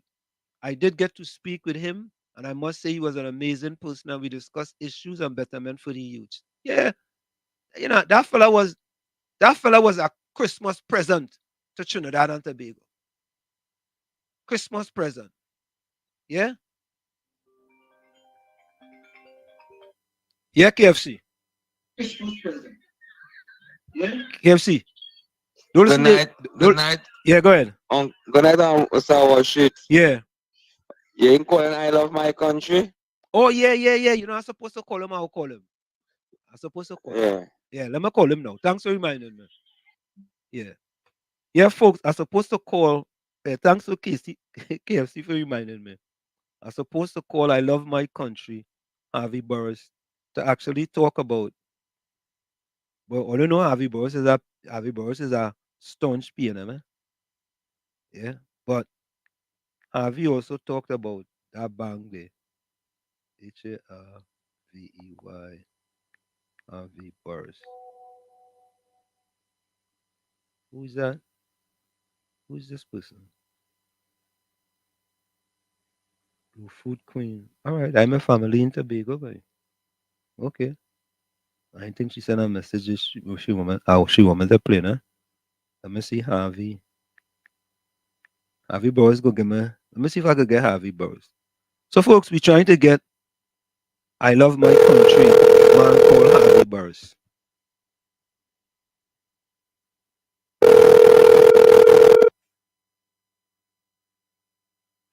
Hello. Harvey Good night. I love my country. Harvey Burris, you are live on WZYE 95.9 FM in New York and New Jersey with Professor Wall Street. Thank you for the opportunity. Pleasant good night to you. And Uncle Tommy on WZYE 95.9 FM. How are you doing, Harvey? Every day I say thank God for health and strength. Full 100, Harvey. Every day above dirt is a great day. So Harvey, your voice is coming through a bit soft though. All right, let me see if I could put this up here a minute. Hold on. All right. Is that any better? Yes. So Harvey, I wanted to address an issue with you with respect to the Afrex Exim Bank. And it is my understanding that there are 2 Caribbean countries left, Jamaica and Trinidad and Tobago, that have not signed on with respect to the Afrex Exim Bank. And I know that you are politically aligned to the People's National Movement, and I don't want to put you in any jeopardy as far as your political alignment. But what is your take on why Trinidad and Tobago have not signed on to the Afrex Exim Bank? Well, let me state, I have always attempted to speak my mind as is. And I'm one of the few persons in this country, though I am aligned, as you put it, with the People's National Movement, I am one of the few persons who have taken the opportunity or the time to go on air on about 7 or 8 of my programs, both on radio and on television, and proclaim and claim that this bank ought to have been here already. I'm very clear. Now listen, mind you, I have no connection with people in the bank. I'm not expected to do any investment. So it's not because of a selfish reason, but yet it is a selfish reason. And I will tell you this. The reason is because I think it is in the best interest of Trinidad and Tobago. And to me, that trumps party allegiance or alliance. No, I can't say the PNM is against that. So I have not heard from the PNM to say the PNM is against the bank coming to Trinidad. But Harvey, What I do know, Harvey, I want to stop you there. But Harvey, let's be honest, Harvey. All the other Caribbean countries have signed on, and the only two left is Trinidad and Tobago and Jamaica. And for the last 9 years, the PNM has been in power. And I am saying this. It is, to me, the Prime Minister could sign off on this, and the Afrex Exim Bank will be in Trinidad and Tobago. You're running me wrong. You're running me wrong, Savannah. You're running me wrong. I couldn't agree with you more from the point of view that I believe there's a problem. And that's why I've been calling on the air, program after program. I've been playing the Exim Bank history from 1619 to now. I've been playing this song, which is the anthem, which I think is a beautiful song and an inspirational song. I've been calling upon, and I've played the meetings that they had in Barbados. I played the meeting they had in the Bahamas. I played on my program. So, and I'm very clear, and I'm calling upon those in authority to do everything in your power to have this bank in Trinidad, because it is in the best interest of the country. We have a problem with Forex. This bank is bringing Forex to our country. We have a problem with investment. This bank is bringing, we'll be able to have further and greater investments to reach other African countries, as the case may be, in terms of investment, in terms of trade. In addition to that, the meeting that will be held in the Bahamas in a week and a half time, that meeting, which is from the 12th to the 15th, the AGM, is bringing over 4,000 of the most successful Africans into Bahamas. You know, that probably could have been taking place in Trinidad. I don't know. But the point I'm saying, at the end of the day, when CARICOM signed to come in with this bank, Trinidad is part of that. Trinidad is part of CARICOM. Of the 15 Caribbean CARICOM countries, I believe at this point in time, it's only, as you said, is only Trinidad and Jamaica. I understand Jamaica has started taking steps towards getting it involved. So we are the only one who have not heard taking any kind of legitimate or proper steps in that direction. And I've been calling, there may be a problem that I don't know about, but the thing is, I've heard nothing from officialdom as to why this is not taking place. There's speculation of this, of that, of this allegiance, of this powerful sector, of that, you know, all kind of allegiance. You know what I'm saying? All kind of, allegations. But I'm not certain. I am honestly not certain as to the reason. All I know is that it is in the hand of the government to make this step. Avi, I am going to say this. This Afrex Exim Bank is not in the top 5 for this government. And here's why I say that. Pantrin Bagel land taken away, given to a wealthy businessman. Taken away from black people, given to a wealthy businessman. The Emancipation Support Committee don't even have an acre of land in order for them to do anything. And I could go on and on with other numbers, but I'll just use those two, Harvey. How significant it is. Harvey, which is more important? Building another cricket academy in Trinidad and Tobago, or bringing the Afrex Exim Bank to Trinidad and Tobago? In your estimation, which you think is more important? I would agree without even a thought further that bringing the bank to Trinidad to Tobago is of a greater investment to me. Now bringing the Albani family, which is one of the richest person in the world, here, to me, I have no problem doing such an investment. You know, but that investment must not trump the bank. In addition to that, I couldn't figure out why the land was from Pantrin Bagel was given as that location, and with no other replacement that I've heard about being given. As the case about, but apparently Pantrin Bagel is happy about that. As you know, tomorrow in the Parliament, which I've been fighting for the last 3 years, I've been fighting for PAN to be officially proclaimed. Tomorrow, it will be taken to Parliament by the Minister of Tourism to a bill to be moved to have the plan officially proclaimed, which is something I support 100%. You know, but at the end of the day, it still tells me the situation. Now you talk about the Emancipation Support Committee. No, that is an organization that's doing tremendous work, and I have no problem with them receiving a parcel of land to develop further. But also, I think they have gotten sufficient funding from the government that I can't figure out how they're still, to me, they're still renting. These are things that people might come against me for it, but I feel that the kind of money that has passed through that organization, they should also, probably on their own volition, also have X, Y, and Z. And I agree that the government should do something. The only land that was given to an African organization was the land given to David Mohammed, and that was given to David Mohammed or the African agenda, or the Black agenda, from Kamala Prasad Bisasa.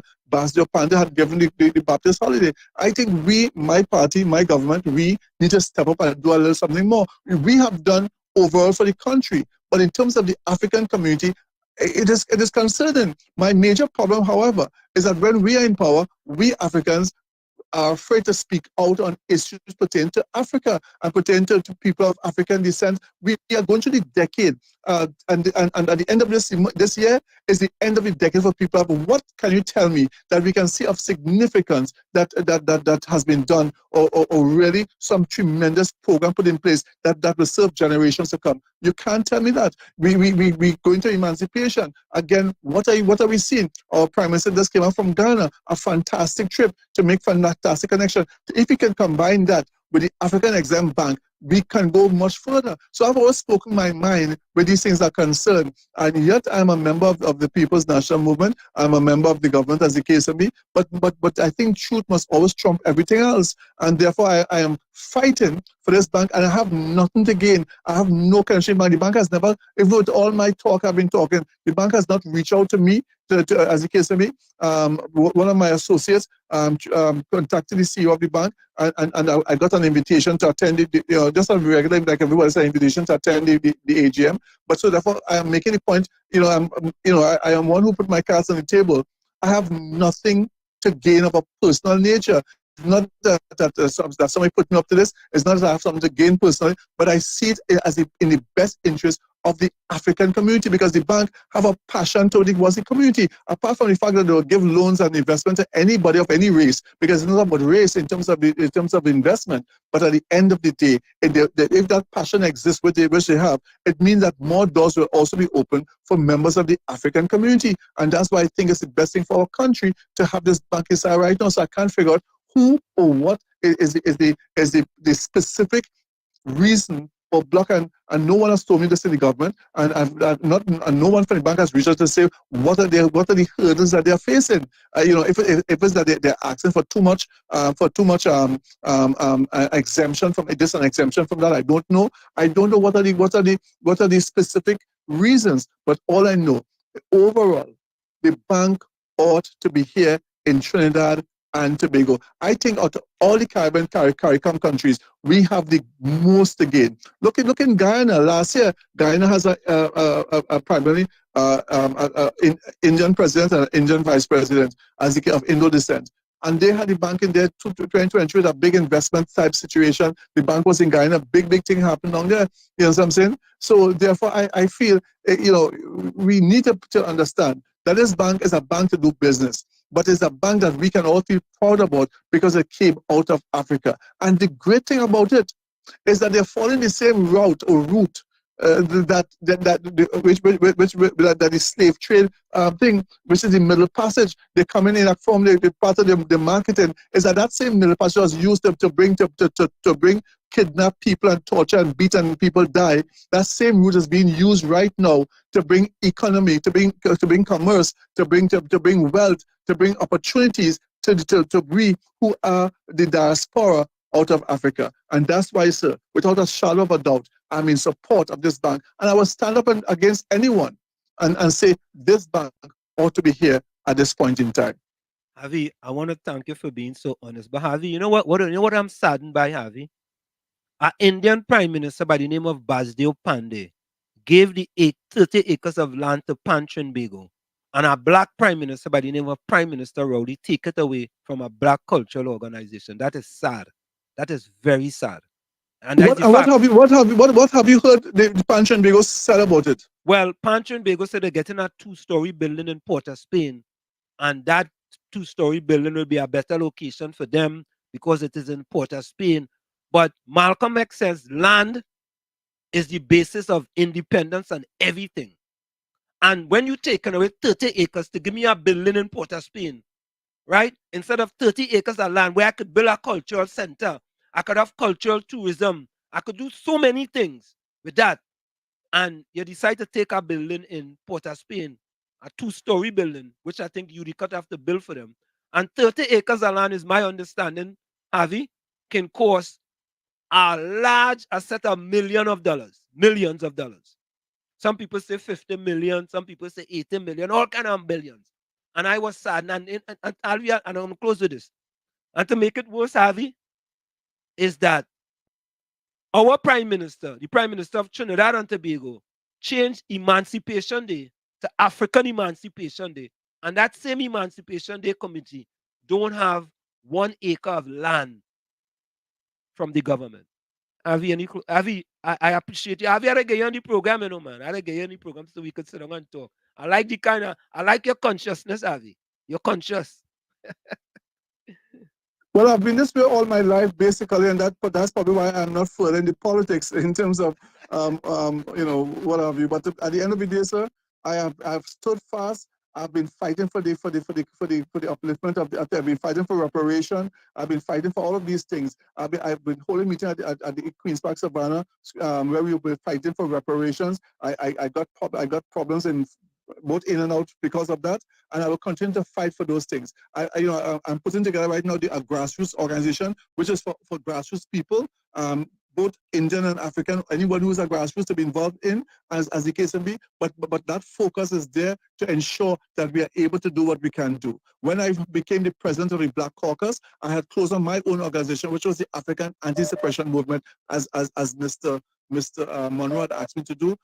He had asked David to close on his organization too, but David didn't do that. I closed on mine because I felt we should come together, as the case may be.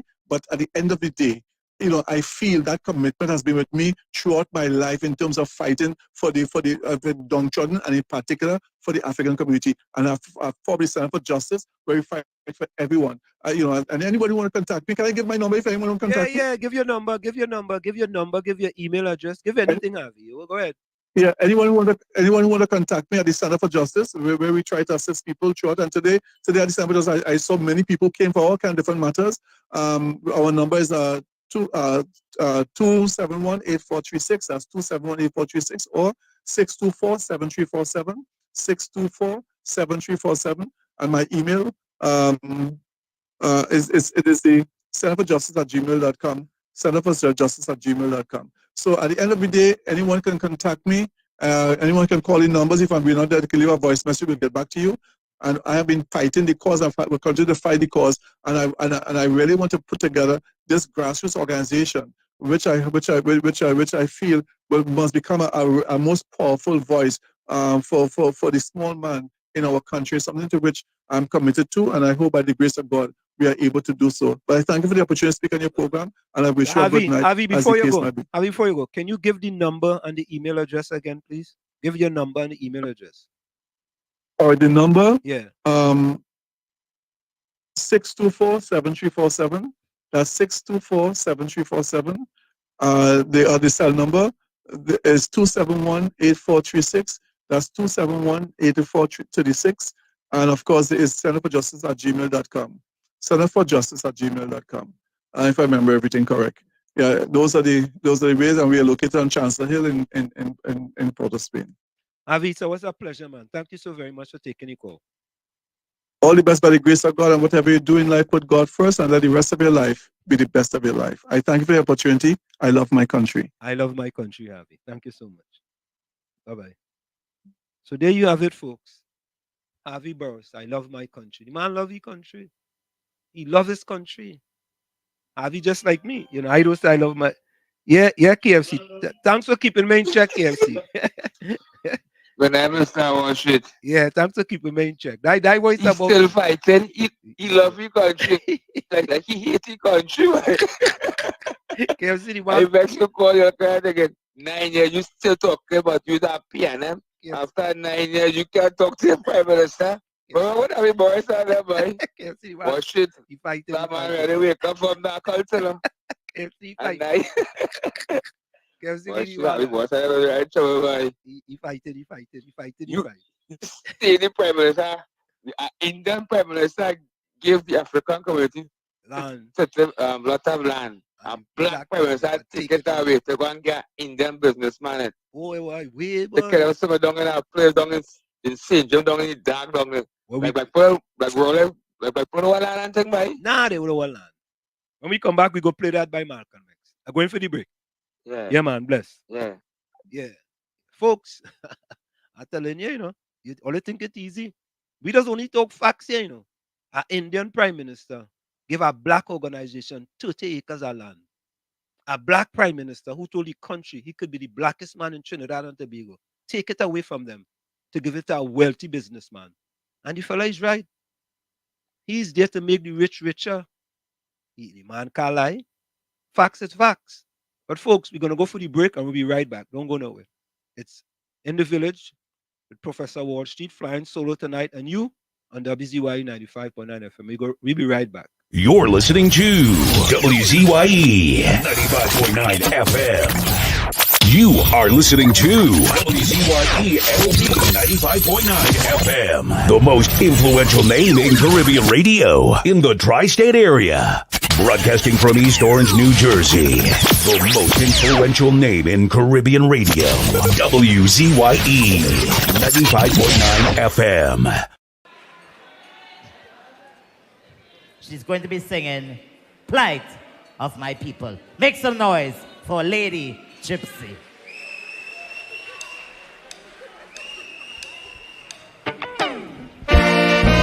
No plight of my people.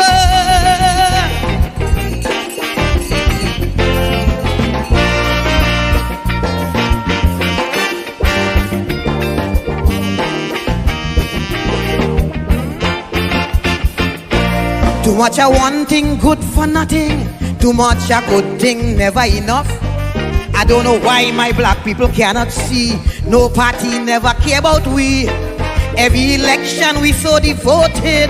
How we love up we PNM.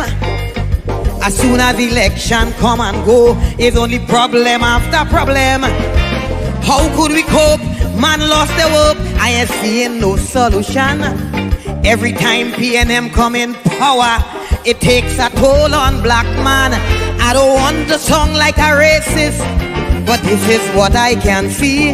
They just take care of the race, but they damn well know they have we. I want to ring me bell, wake up Eric Williams, tell him the party found him PNM needed immediate attention. Ring me bell, wake up Mother Cornhawks, tell she to cast a spell on we party, not what it used to be. Yeah, we are back with you. We had to wake up Mother Cornhawks, yeah? We had to call Mother Cornhawks back. Mother Cornhawks! I got bell in here to wake you. Brooklyn, welcome. Well, you need more than Mother Connaughts now with that Obia Rowley working. Because Harvey Boris love his country, but he didn't tell me he took PNM ministers who blocked in the bank. And he in the PNM. Harvey Boris. Harvy Boris, you love the country. Leave you me must be truthful and tell me why your government is blocking the bank. Because you're a PNM. Leave my friend. Don't come and tell me that you have been trying to get the bank in the country, but come on, Harvey Boris. He's my partner, but I had to come in with that one. He's talking all kind of thing, but he ain't telling me what we already know, that there's two ministers. One of the ministers better have a bank that under the Rowley-led government become one of the big banking industry in the Caribbean right now. When he was just a small little thing. Yeah. He was a penny bank. Yeah. Stuart Young and them, they're not easy. And don't take a day off. Where all the money going? Now even Harvey Boris need to come and tell me. You could be a PNM Harvey Boris, but you must be a PNM like Wall Street. Come and speak the truth. All right, Wall Street, have a good night. Only leave Harvey alone, eh? Please. Harvey's my friend. Mean Gene, why use such a wide brush? That's the view of one man. Okay. All right, Mean Gene. Okay. Matilda, welcome. Uncle Tommy Washington viewers. Stay. Have you a call back? You sure you want to be on air? Have you? I think he called me back by mistake. I think he called me back by mistake. He called back. Anyway, Darren says, well, Wall Street.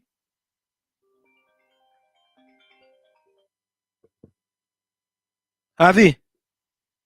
Just let him know, okay, I'm listening to the program now, Yeah. that I spoke the truth.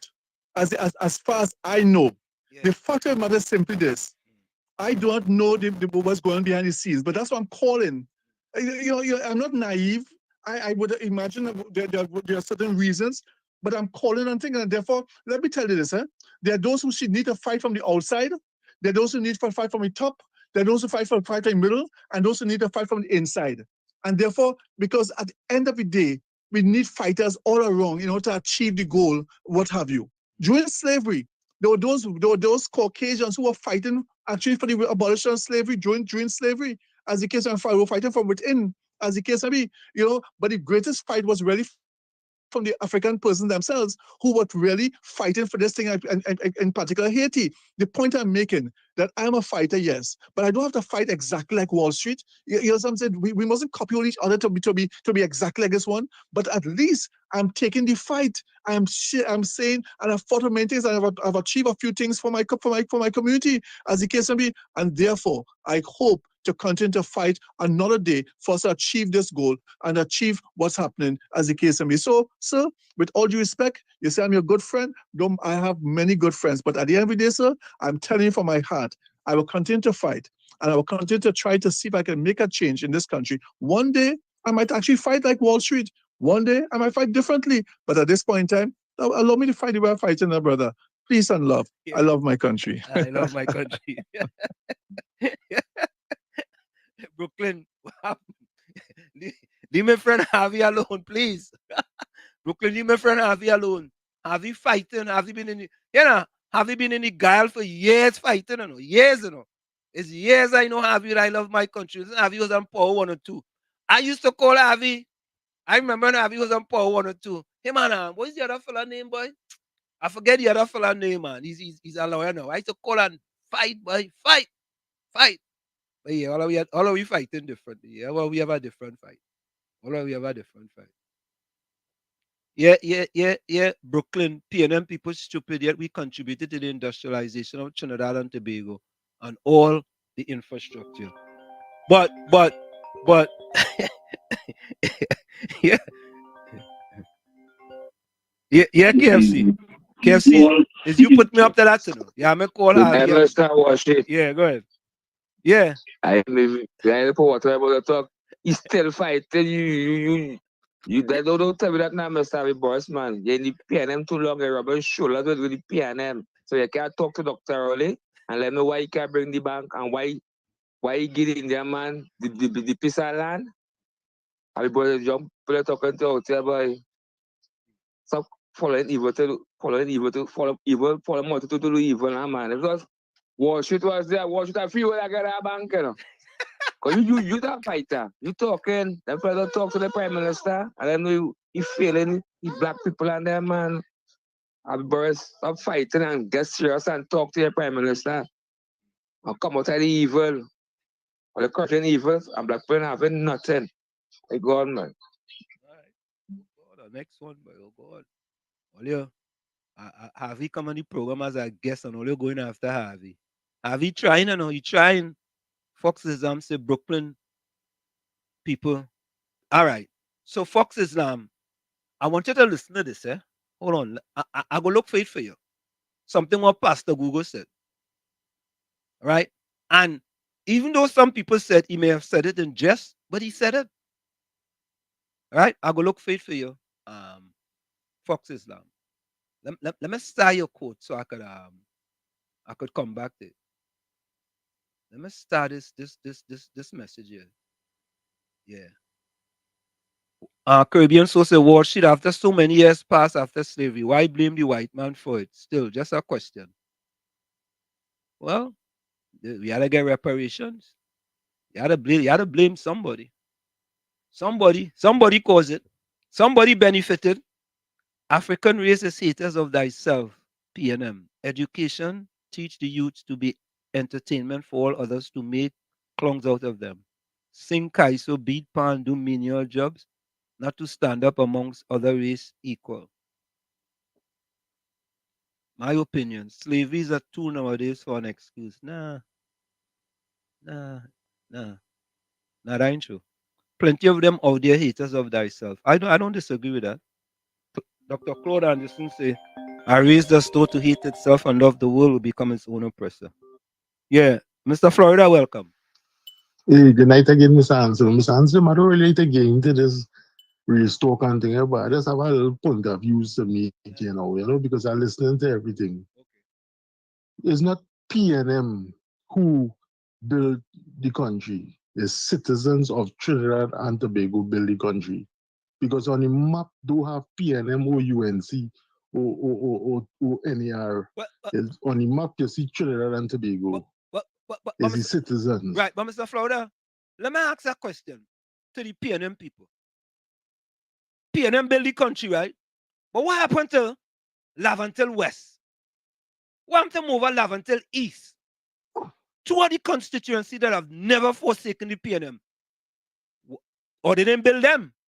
Eh? Well, Mr. Hansen, we see the videos, Christmas is show the videos, them places like the Gaza. Yeah. Mr. Hansen, even grass refuse to grow down there. Grass refuse to grow down there. And that's the PNM stronghold. Mr. Hansen, this is what I feel with the people in Trinidad and Tobago, and I consider Indians and African blacks. Nobody in Trinidad and Tobago never experienced true racism. They was never confronted and say, "Yo, correct, you cannot sit in front of the bus." Correct. Yo, this is a all white restaurant. Correct. Yo, this is a all white bathroom. Oh, this company is a all white company. This playground is a all white. This residence is a all white. They don't get pulled over driving while black. So they don't know. Yeah. So that's why they don't fight for nothing, Mr. Anselm. Because it was never independence was given to us in Trinidad and Tobago. We didn't fight for independence. It was given to us. So you see, that's why they accept so much nonsense. Because look at the country right now. Look how much all they could talk about for the past 9 years is they say UNC thief. But look how much corruption this PNM is. Look how much billions of dollars missing. Look how much billions of dollars in deficit. And all respect due to Mr. Harvey Burns, I understand you cannot call your comrade's name because all are in one boat. Look on listening, Mr. Hansen. Thank you very much. Thank you, man. You know, my thing is this, my thing is this, right? I think that I want to look for this for you. All you know, that's about 1,000,001 videos here. I want to look for what Jeff Bezos said. Jeff Bezos said this, and I want to look for this for you guys. The reason why I want to look for this for you guys, all you know, Jeff Bezos is a gazillionaire. Yeah, he's not a billionaire, he's a gazillionaire. And Jeff Bezos says, in any organization to function properly, there must be a mechanism for truth telling. Let me repeat that. Jeff Bezos says, the gazillionaire, for any organization to function at its optimum, there must be a mechanism for truth telling. And in my estimation, I could only talk about the PNM. I don't know about other organizations because I haven't been in any other organization, any other political organization in Trinidad and Tobago. In the PNM, you cannot tell the truth. Well, let me not say that. You could tell the truth, but there will be consequences for your actions. You could tell the truth, but if you do, there will be consequences for your actions. And that is sad. That shouldn't be. Right? We should be saying how do we make our organization better? What are some of the things we can do to make our organization better? Oh, sorry about that one, Brooklyn. Try again. I hit the wrong knob. Try again. Yeah. Here it is. Here it is. Well, you know we just only give all the We facts. humans are not really truth-seeking animals. We are social animals. Yeah, we are. And, take you back in time 10,000 years and you're in a small village. If you go along to get along, you can survive. You can procreate. If you're the village truth teller, you might get clubbed to death in the middle of the night. Truths are often, they don't want to be heard because important truths can be uncomfortable, they can be awkward, they can be exhausting, impolite, yes, all that kind of stuff. Challenging. They can make people defensive, even if that's not the intent. But any high-performing organization, whether it's a sports team, a business, a political organization, an activist group, I don't care what it is, any high-performing organization has to have mechanisms and a culture that supports truth-telling.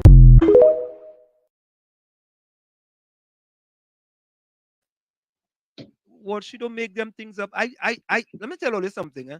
I am not good at making stuff up, I'll be honest with you. Yeah, I grew up in Schumacher, Claventil. And you had to defend yourself. But I'm not good at making things up. Yeah, Brooklyn, go ahead. So what shit?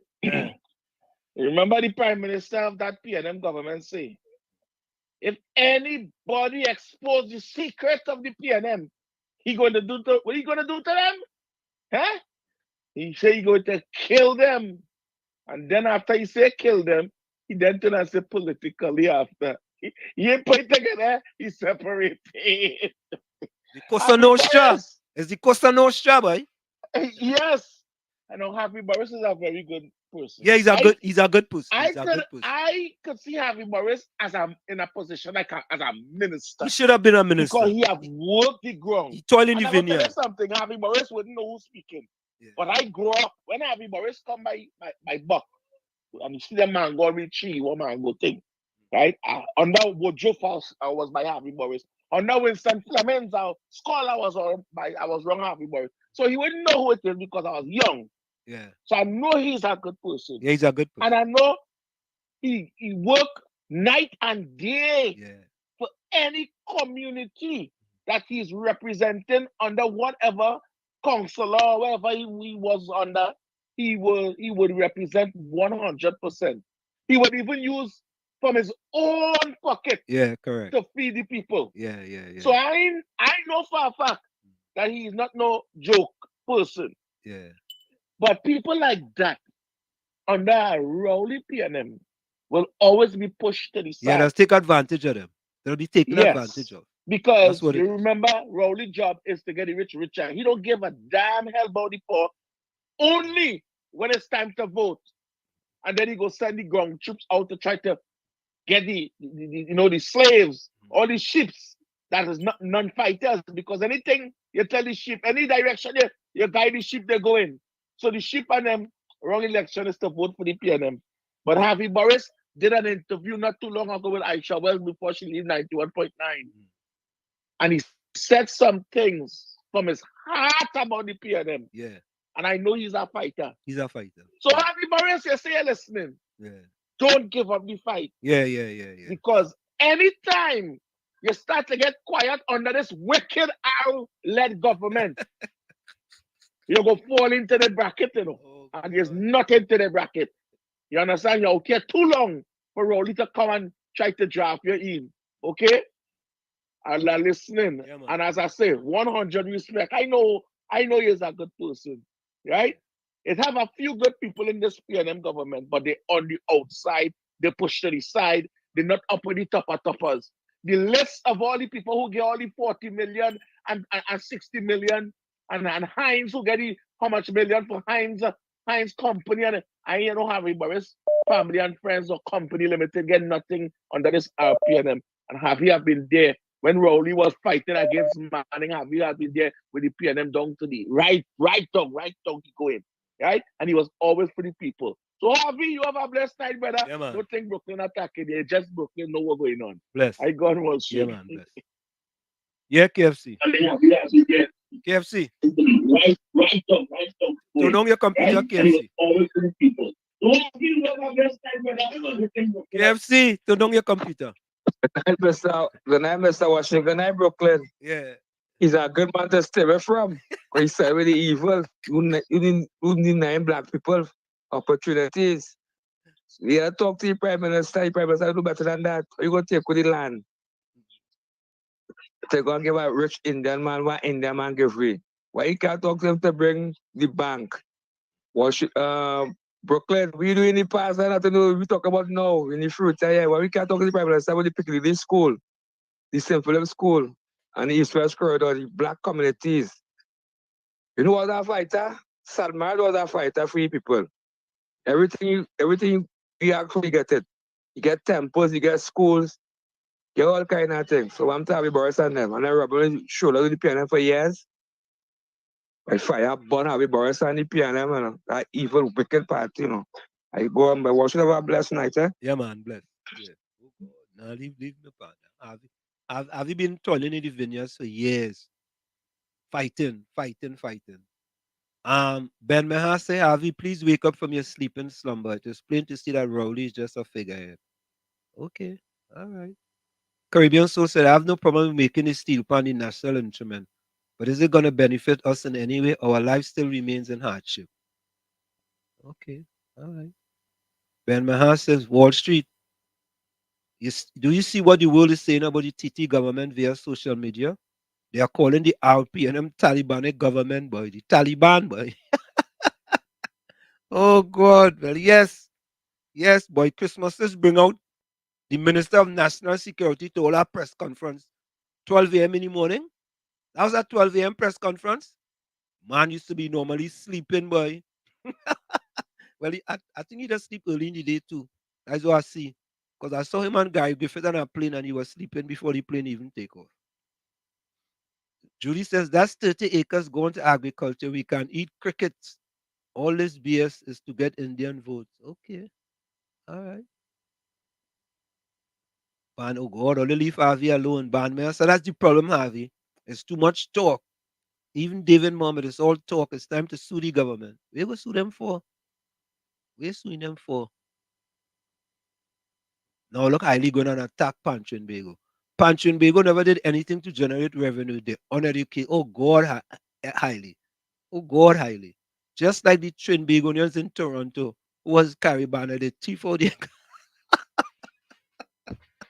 oh God, the thief out the Canadian government sponsored money and oh God, why all anything easy boy? Do you think the 1% will allow that bank to come here? Nah, they ain't allowing that. No. Darren, I disagree with you. I disagree with you because at the end of the day, them could whatever they want. If the Prime Minister wants it, the Prime Minister will get it. The Prime Minister want a wealthy Indian businessman to come and get that 30 acres of land from Pancho and Bego. The deal done. As a matter of fact, all of that don't worry about that deal, you know. That deal done long time, you know. We could talk from now till Christmas come. Not that Christmas. The real Christmas. Till Christmas come. That deal done long time. That's a done deal. So we could talk about that how much we want. Forget about that. Cancel Christmas, it's over. Eiley says, and you could not show receipts to what they did with the money. The government took Caribbean and gave it to Scotia Bank. Oh, God. Eiley, why are you comparing what could have happened in Trinidad? That is different, Eiley. They ain't take away no land from them in Canada. They take away an event. Oh, I want to play this for you because you see this land thing. I don't know how important this land thing is, you know. I want to play this for you. Let me play this. Hold on, I want to play this. Highly listen to this. Because we don't understand this, you know.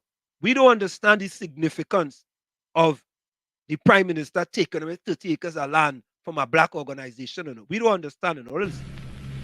Look at the American Revolution. in 1776. That revolution was for what? For land. How was it? Why did they want land? Independence. Number one, it was based on land. The basis of independence. And the only way they could get it, the French Revolution.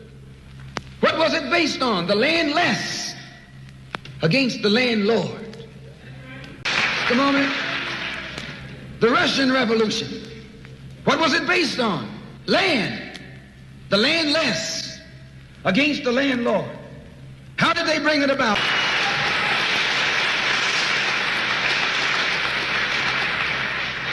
The Chinese Revolution.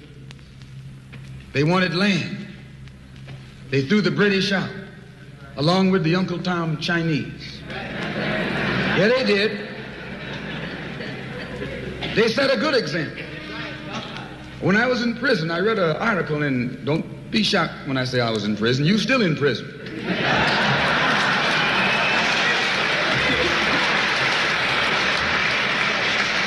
Then you know how you can get yours straight. Please. There's been a revolution, a black revolution going on in Africa.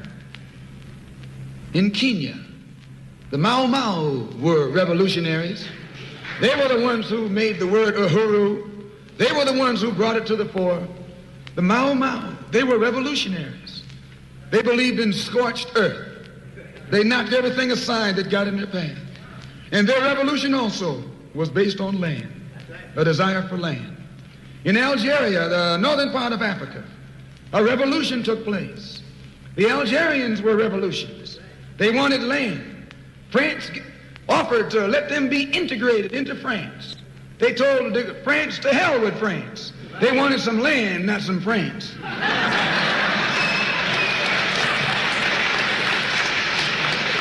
Land is the basis of all independence. Land is the basis of freedom, justice, and equality. It's based on land. A revolutionary wants land so he can set up his own nation, an independent nation. These Negroes aren't asking for no nation. They're trying to crawl back on the plantation. Brooklyn, welcome. Wall Street. I just want to let people know that I am not blaming Keith Christopher Rowley for taking away no land. Rowley didn't take away no land. Pan Trinbago and the Pan community of Trinidad and Tobago is a big organization. It's thousands of people that play Pan. And if up to this point in time since that news break, the Pan men and women of Trinidad and Tobago ain't come out against the president of Pan Trinbago, who signed with Christopher Rowley, who signed off the land for Christopher Rowley to have the way, then I am not fighting about that again. Because now KFC will talk about the Rowley take the land from Pan Trinbago, yeah, okay. But guess what, KFC?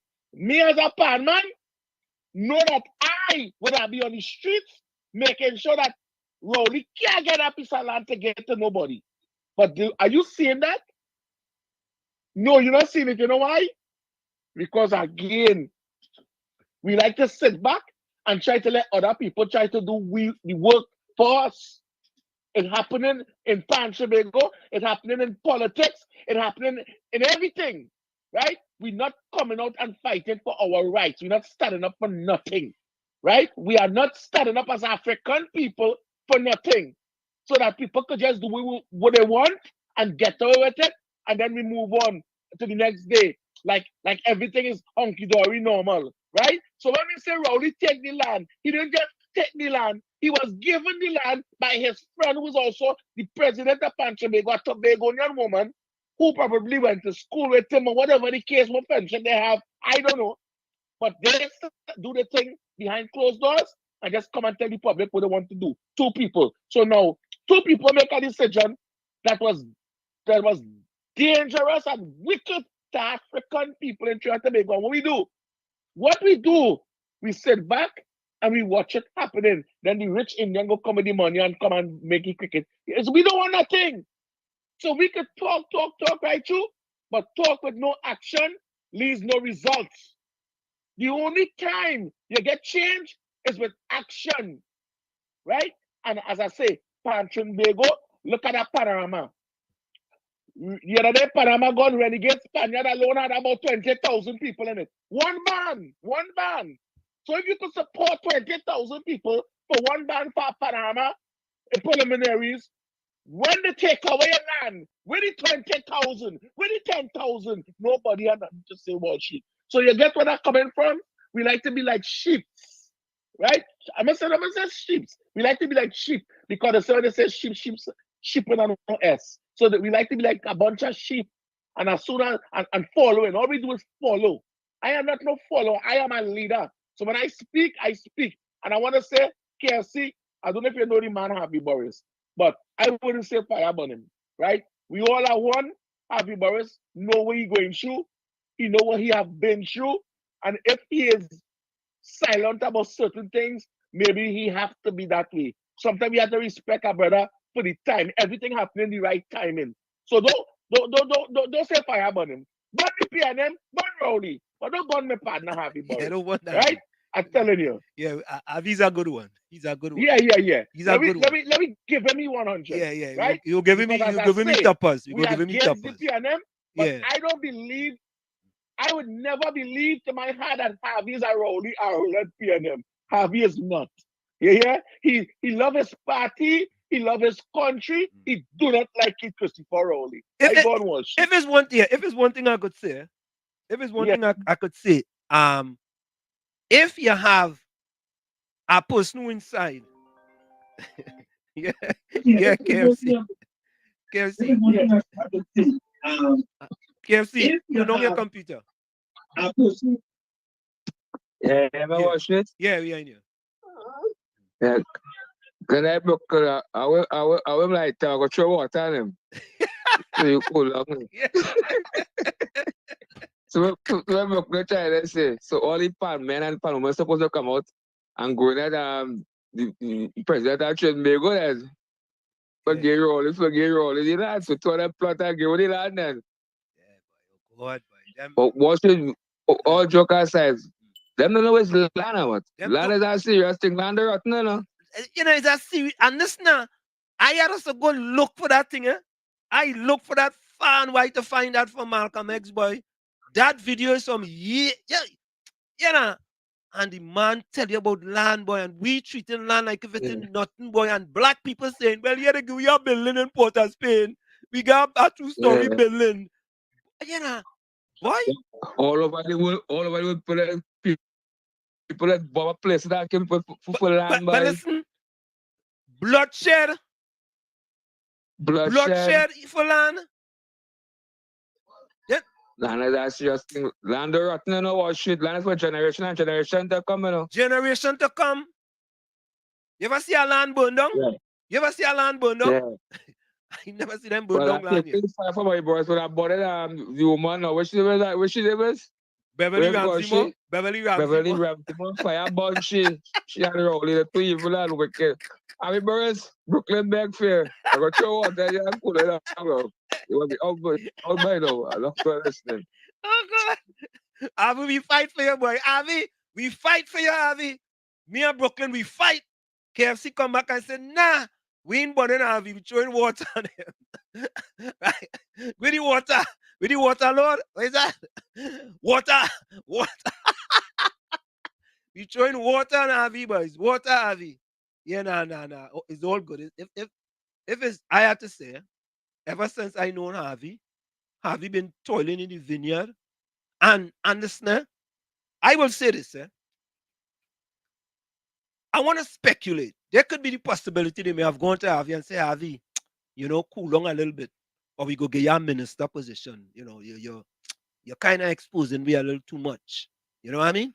They will get your minister position, because, when you're in the PNM, if you get too kind of too factual, it has have what you call. Here it is. I just have these things with, they will give you the 4 Ds, the 4Ds here, first they will dismiss you, then they will discredit you, and then they will demonize you, and lastly they'll destroy you. That's the 4Ds, you know. That is the PNM, you know. And this our PNM. Let me read that again for you guys. It's the 4Ds, eh?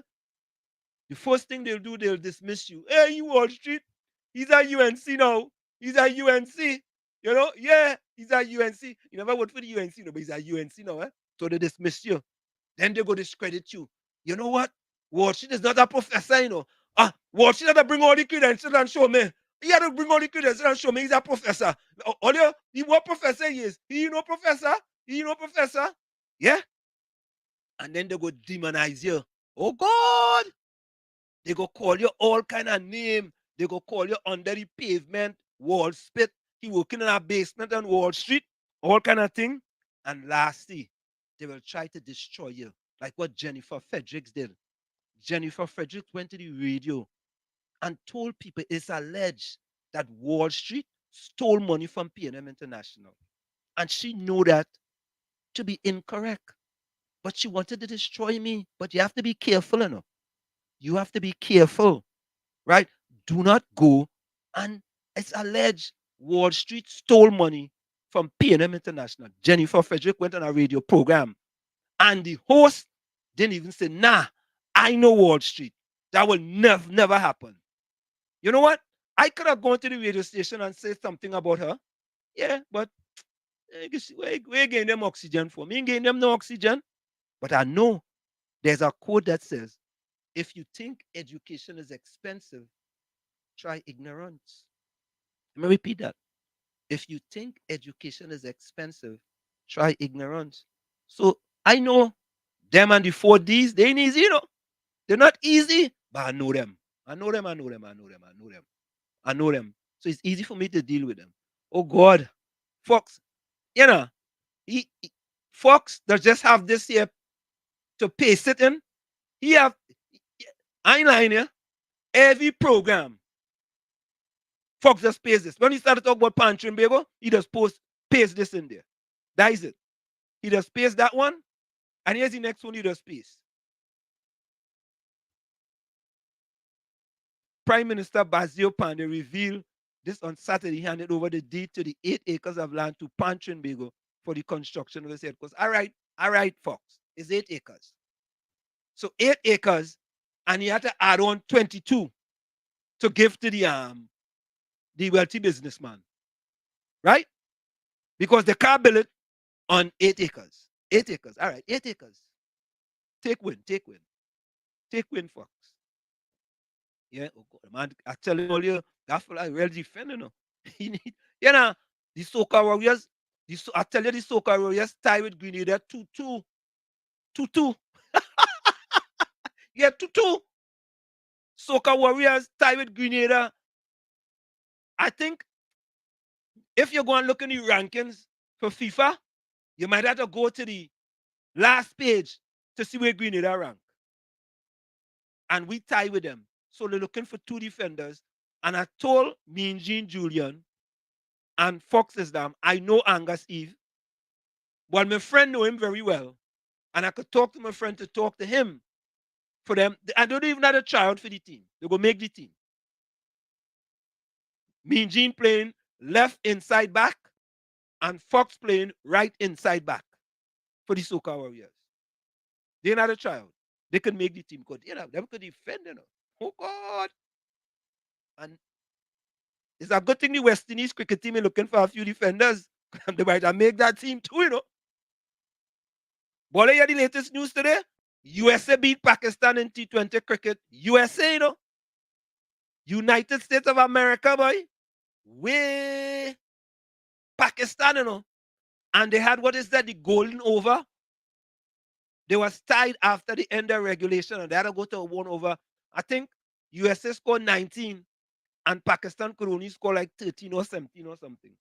But anyway, folks, we have some voice notes. Let me see some of these voice notes here. Hold on, eh?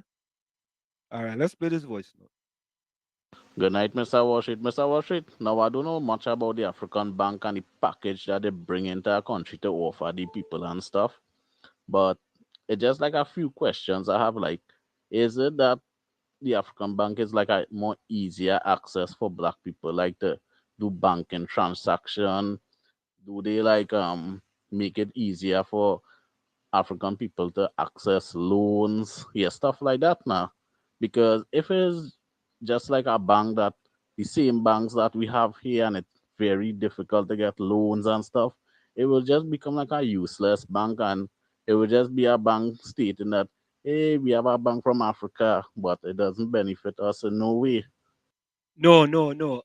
Caribbean Soul, the bank is a different type of bank, right? And they want to help small, medium enterprises with respects to loan and all kind of things like that. And I have talked about under the PNM, economic development, economic empowerment, and economic inclusion. It's not that they are strictly saying is that this is specially dedicated to just black people only, but it's a bank that will be dedicated, right, to empowering black people. But other people will be getting loans and things from the bank too as well.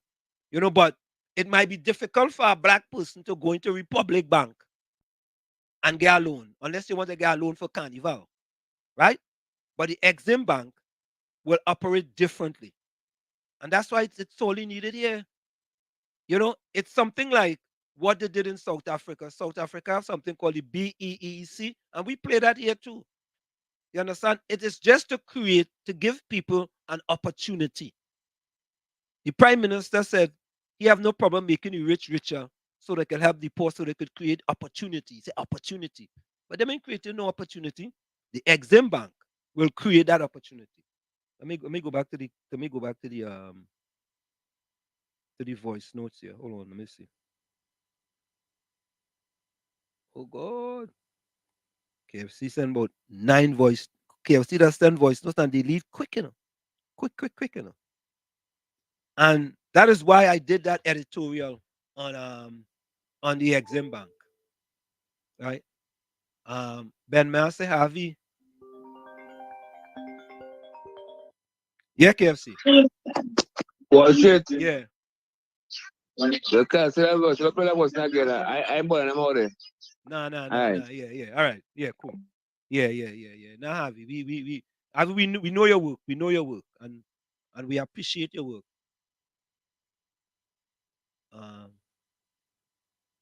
Fox says, said, ban me have Fox says, they can get a loan on that land and build their own building. Collateral response. Which land? Trinity or Woodbrook?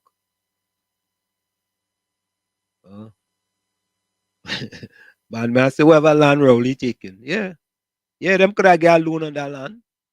Yeah, because if that land was $1 million when past the open they get them, it has to be about 2 million. Just as an example.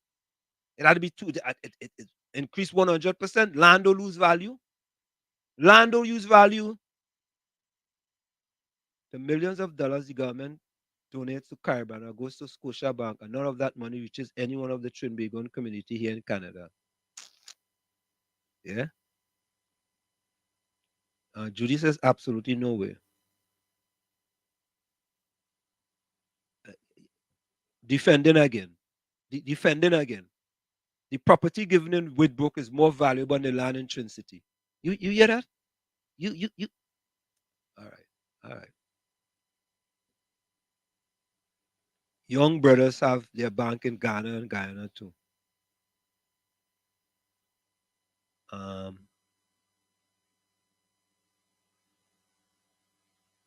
Look at Imbert, who have taken over the party. It make me cry and all your only. Anyway. The years Panchinbego had the land, what have they done with it? Nothing. Look at how much years they have had the land. The management, just like the new government, useless. Okay. Pure stupidity. The government will get a revenue from the Indian Man Cricket Academy, so that's better for the pockets. Oh God. That's better for their pockets at the end of the day.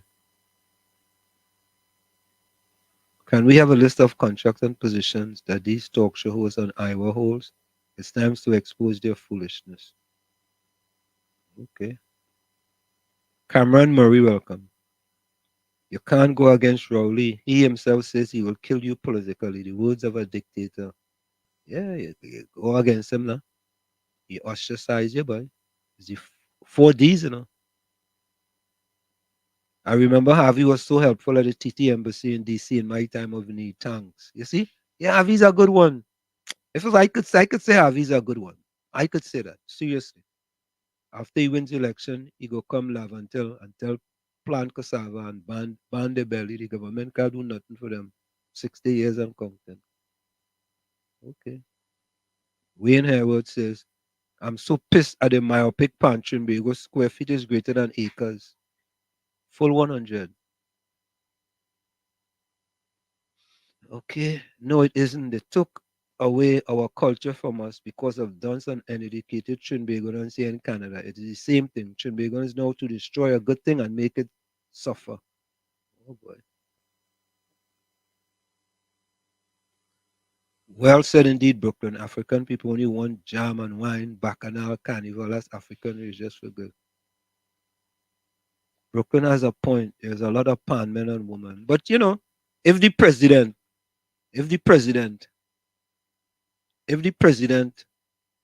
go in and do something, because she's from Tobago too, you know. Please. An emergency meeting was held. Members of Pancho permission was sought, and then they proceeded with negotiation with the government.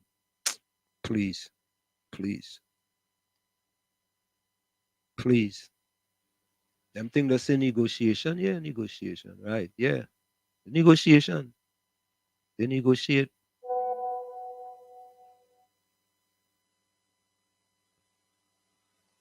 All right. That was just something just coming there. So folks, let me go to an editorial that I did today. Yeah, Mr. Florida. Yo.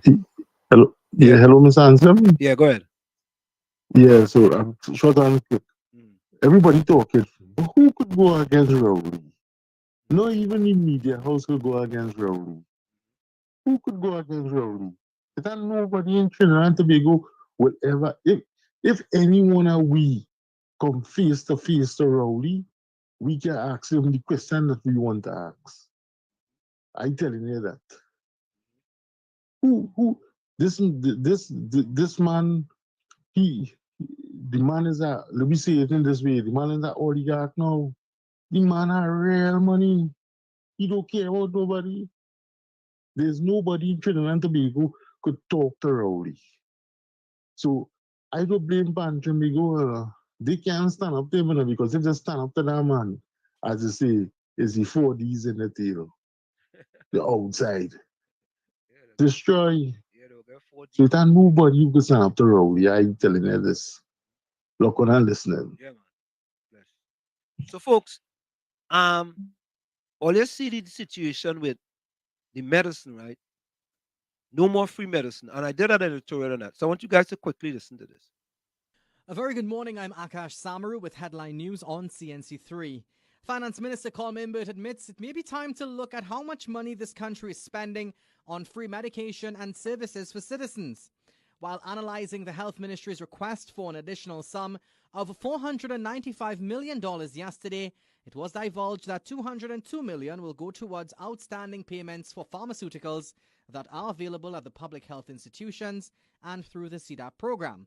The Finance Minister sought to underscore that it is getting increasingly difficult to finance these drugs and other free medical services.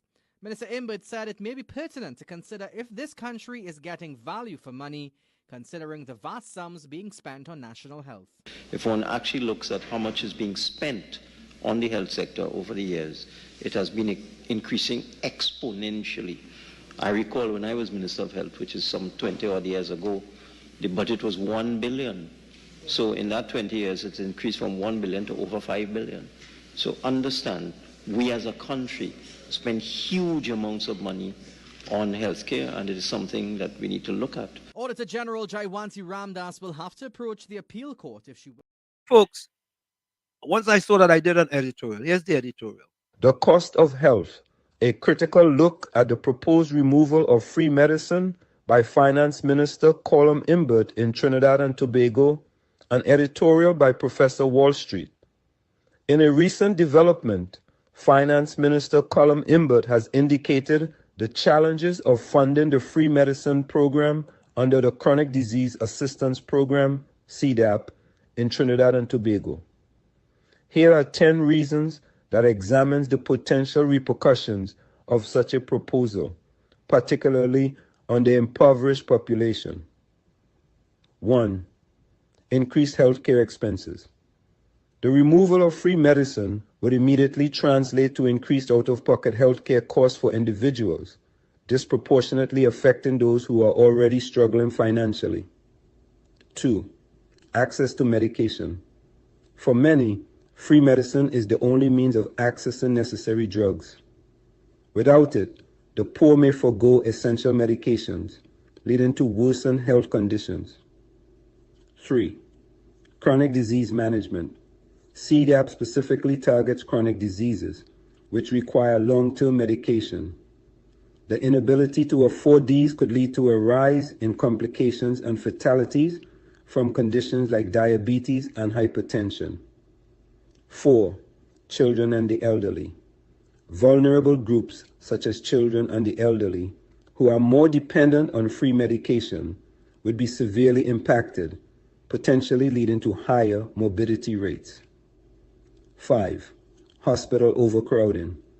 An increase in untreated conditions could lead to more people seeking emergency care, thus overcrowding hospitals and stretching thin resources even further.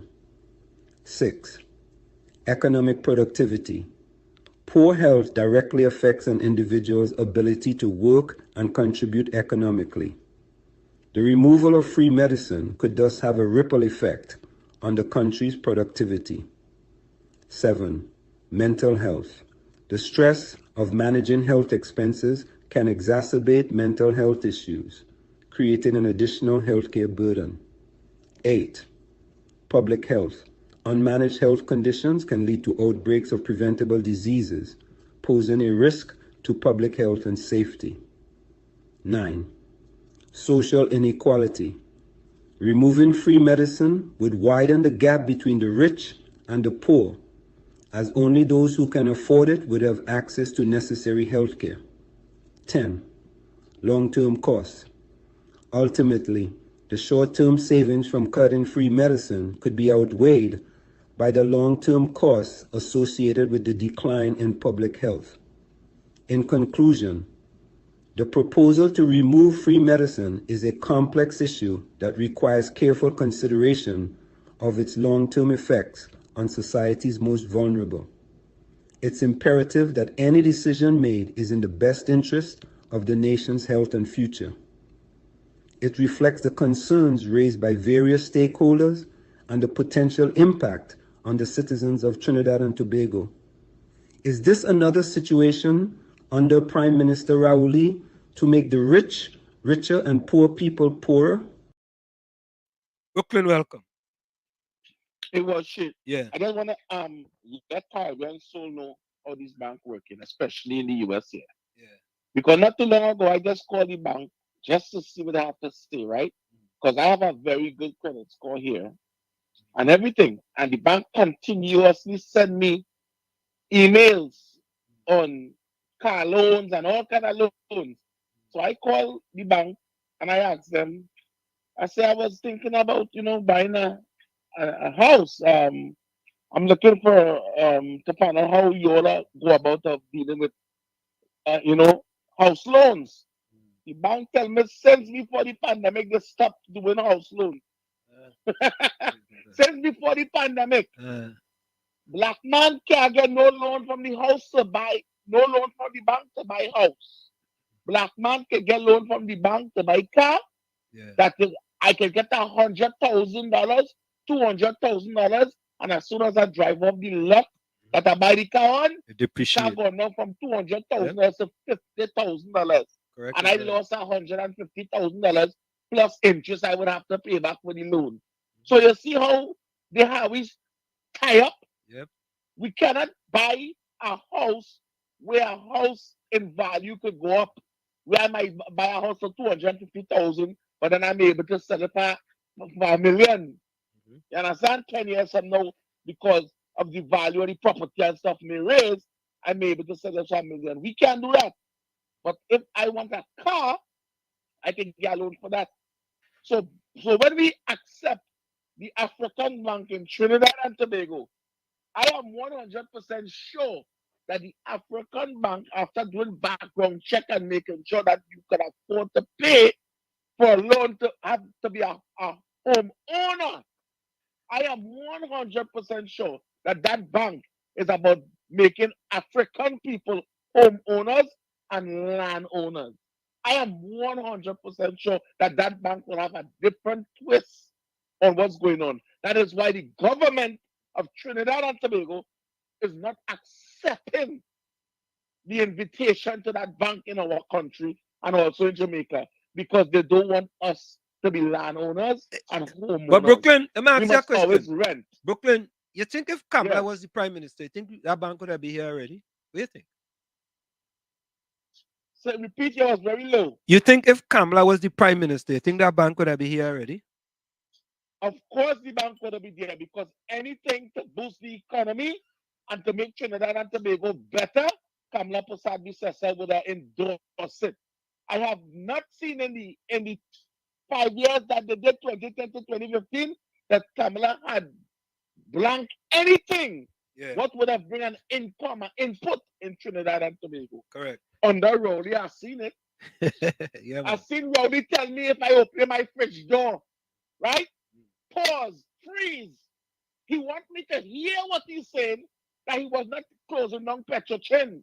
And he's supposed to be the prime minister of the country. And that's why I explained to you just in my contribution that he's not the prime minister of the country. He's the prime minister, just the people. So when he come and tell the people he wasn't closing down Petrochin, then the people who in charge of the country come and say, all going on. And he put it here, the black man put it here between the legs and keep him out. Hush, quiet.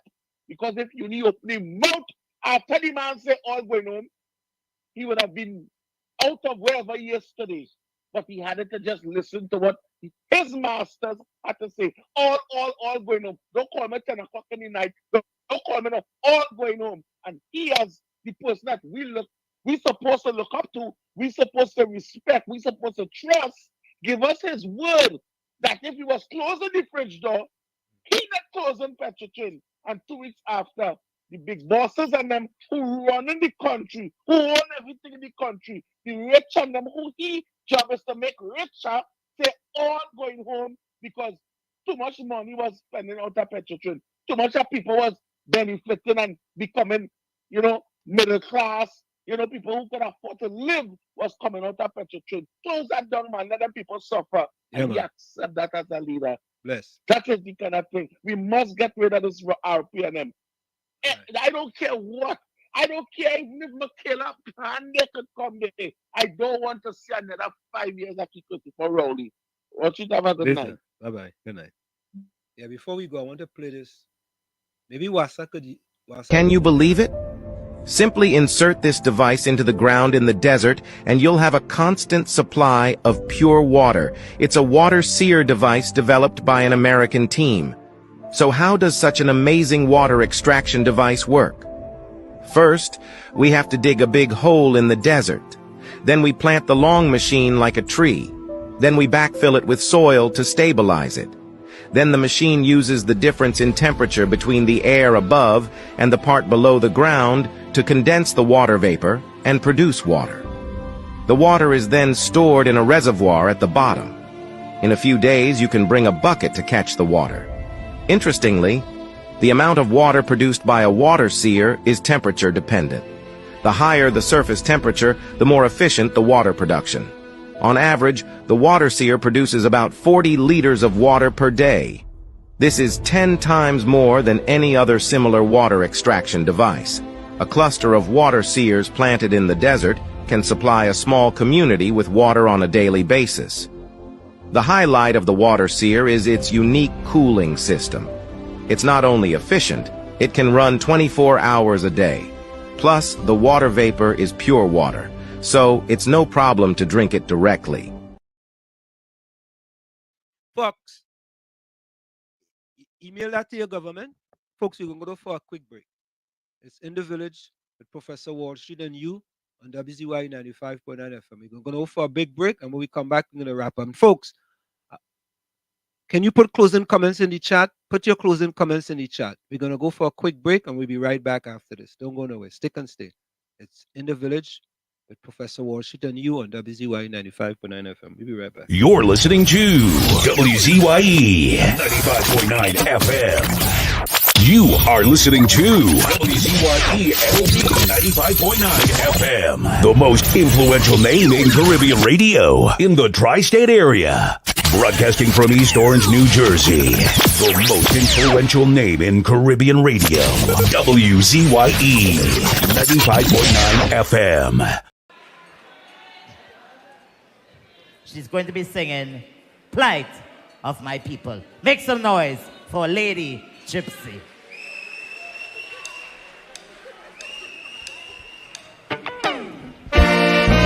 No plight of my people.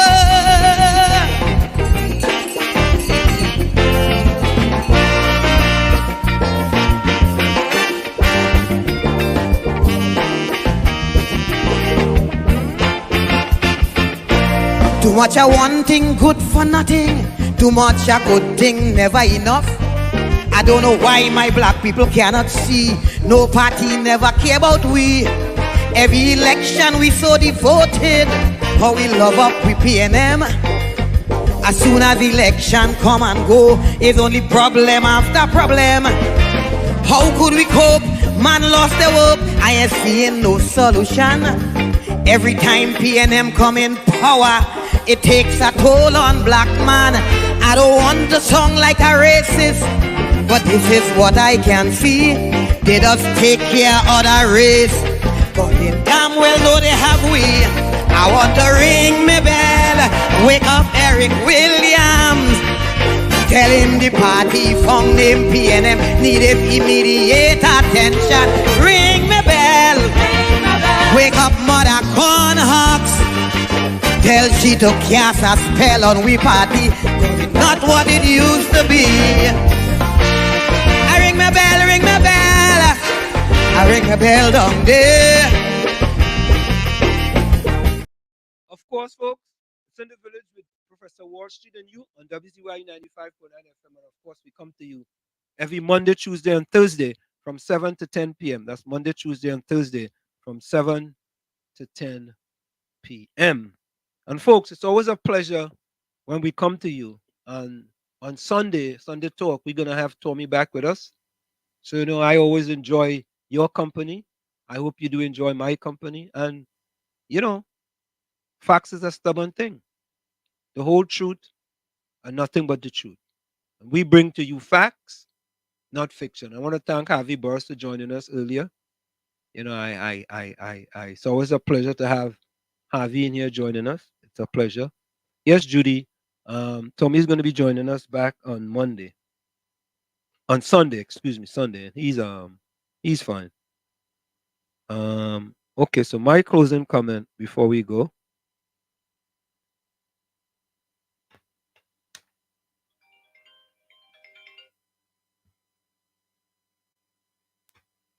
All right. Hold on. What was that? Hold on. Yeah, KFC. KFC. Yeah. You're gonna miss that Wall Street. I'm a blessed night. Uncle Tommy, we see you Sunday. Yeah, Mr. Wall Street. Yeah. That like Mr. Dr. Mohammed, some of that time when you go some come on the phone from the time. Yeah. We go do that. Definitely. Yeah. Yeah, man. Bless. Cool. Yeah, I mean, you know, if you guys have people you want to suggest, you guys suggest people that you think you want us to bring into the village. You know how it is. Any and anybody you want. Anybody you think you want to bring, suggest them. We go try and reach out to them. I ain't saying they go come. But we go try and reach out to them. Yeah? So, okay. What is my closing quote?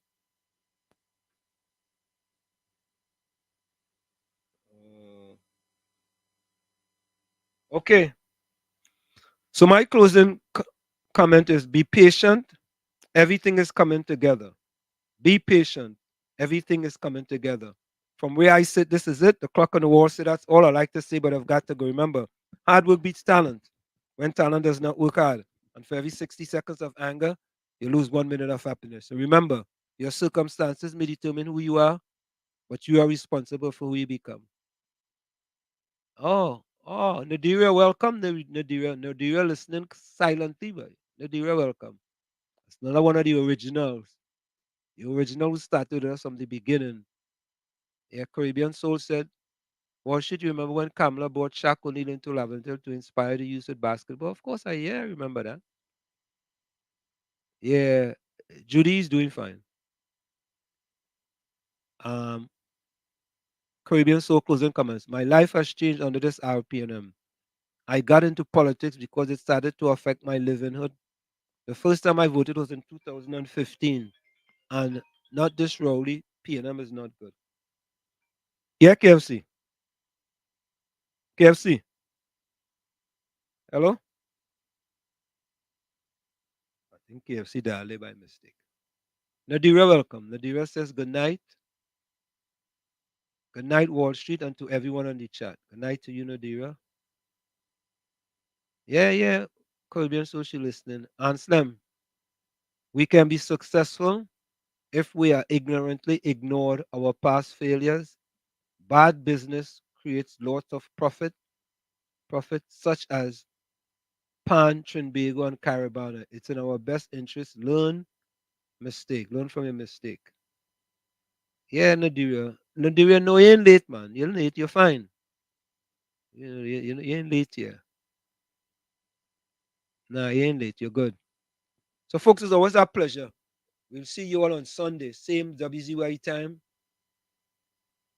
A few typos, but hope you get my point. Yeah, Hailey. We just get the point. We don't deal up in them kind of thing, Hailey. We know that when people type in fast and thing, all type of thing that's happening. So we don't deal up in that. We just want to get the gist of what the quote is and the discussions, and that is it. I know it's learn from your mistakes, Yeah. It is in our best interest to learn from your mistakes. Yeah, man. We know the thing, man. So, folks, we are out of here. And we always go out with our anthem song. You know that. We out of here. See you later. Bye-bye. This is oh Lord, Trinidad and Tobago. This is DJ Bravo. I'm hurting, This is a sad place. My country turned into a sad place. When I look around, it's only sad face. Our country turned into a sad place. All I see in front of me, nightmares turn into reality. Like somebody build a monster factory. Parliament up against parliament economy. But let the moderators in another body in a jail. Somebody girl child missing, another rape again. An ex-road stain with somebody's son brain. Who take the S out of Port of Spain. This is a sad place. My country turned into a sad place. When I look around, it's only sad face. Our country turned into a sad place. Now with the love, with the vibes, with the hope. Now tell me something, how we really want we cope. When the children breathing in too much gun smoke. And the Coast Guard can never see a boat. You're sounding like some goats when they come looking for votes. Hit the empty promises, reading like a horoscope. Justice for sale in a fat envelope. Politically, all the answers is a joke. This is a sad place. My country turned into a sad place. When I look around, it's only sad face. Our country turned into a sad place. All I see in front of me, Nightmares turn into reality. Like somebody build a monster factory. Parliament up in the parliament economy. But look, the moderator saying another body in a jail. Somebody girl child missing, another rape again. And next road stain with somebody's son brain. Who take the S out of Port of Spain? This is a sad place. My country turned into a sad place. When I look around, it's only sad face. Our country turned into a sad place. It doesn't matter the religion, the color, the creed, or the race. It's our responsibility to take care of our place. Champion.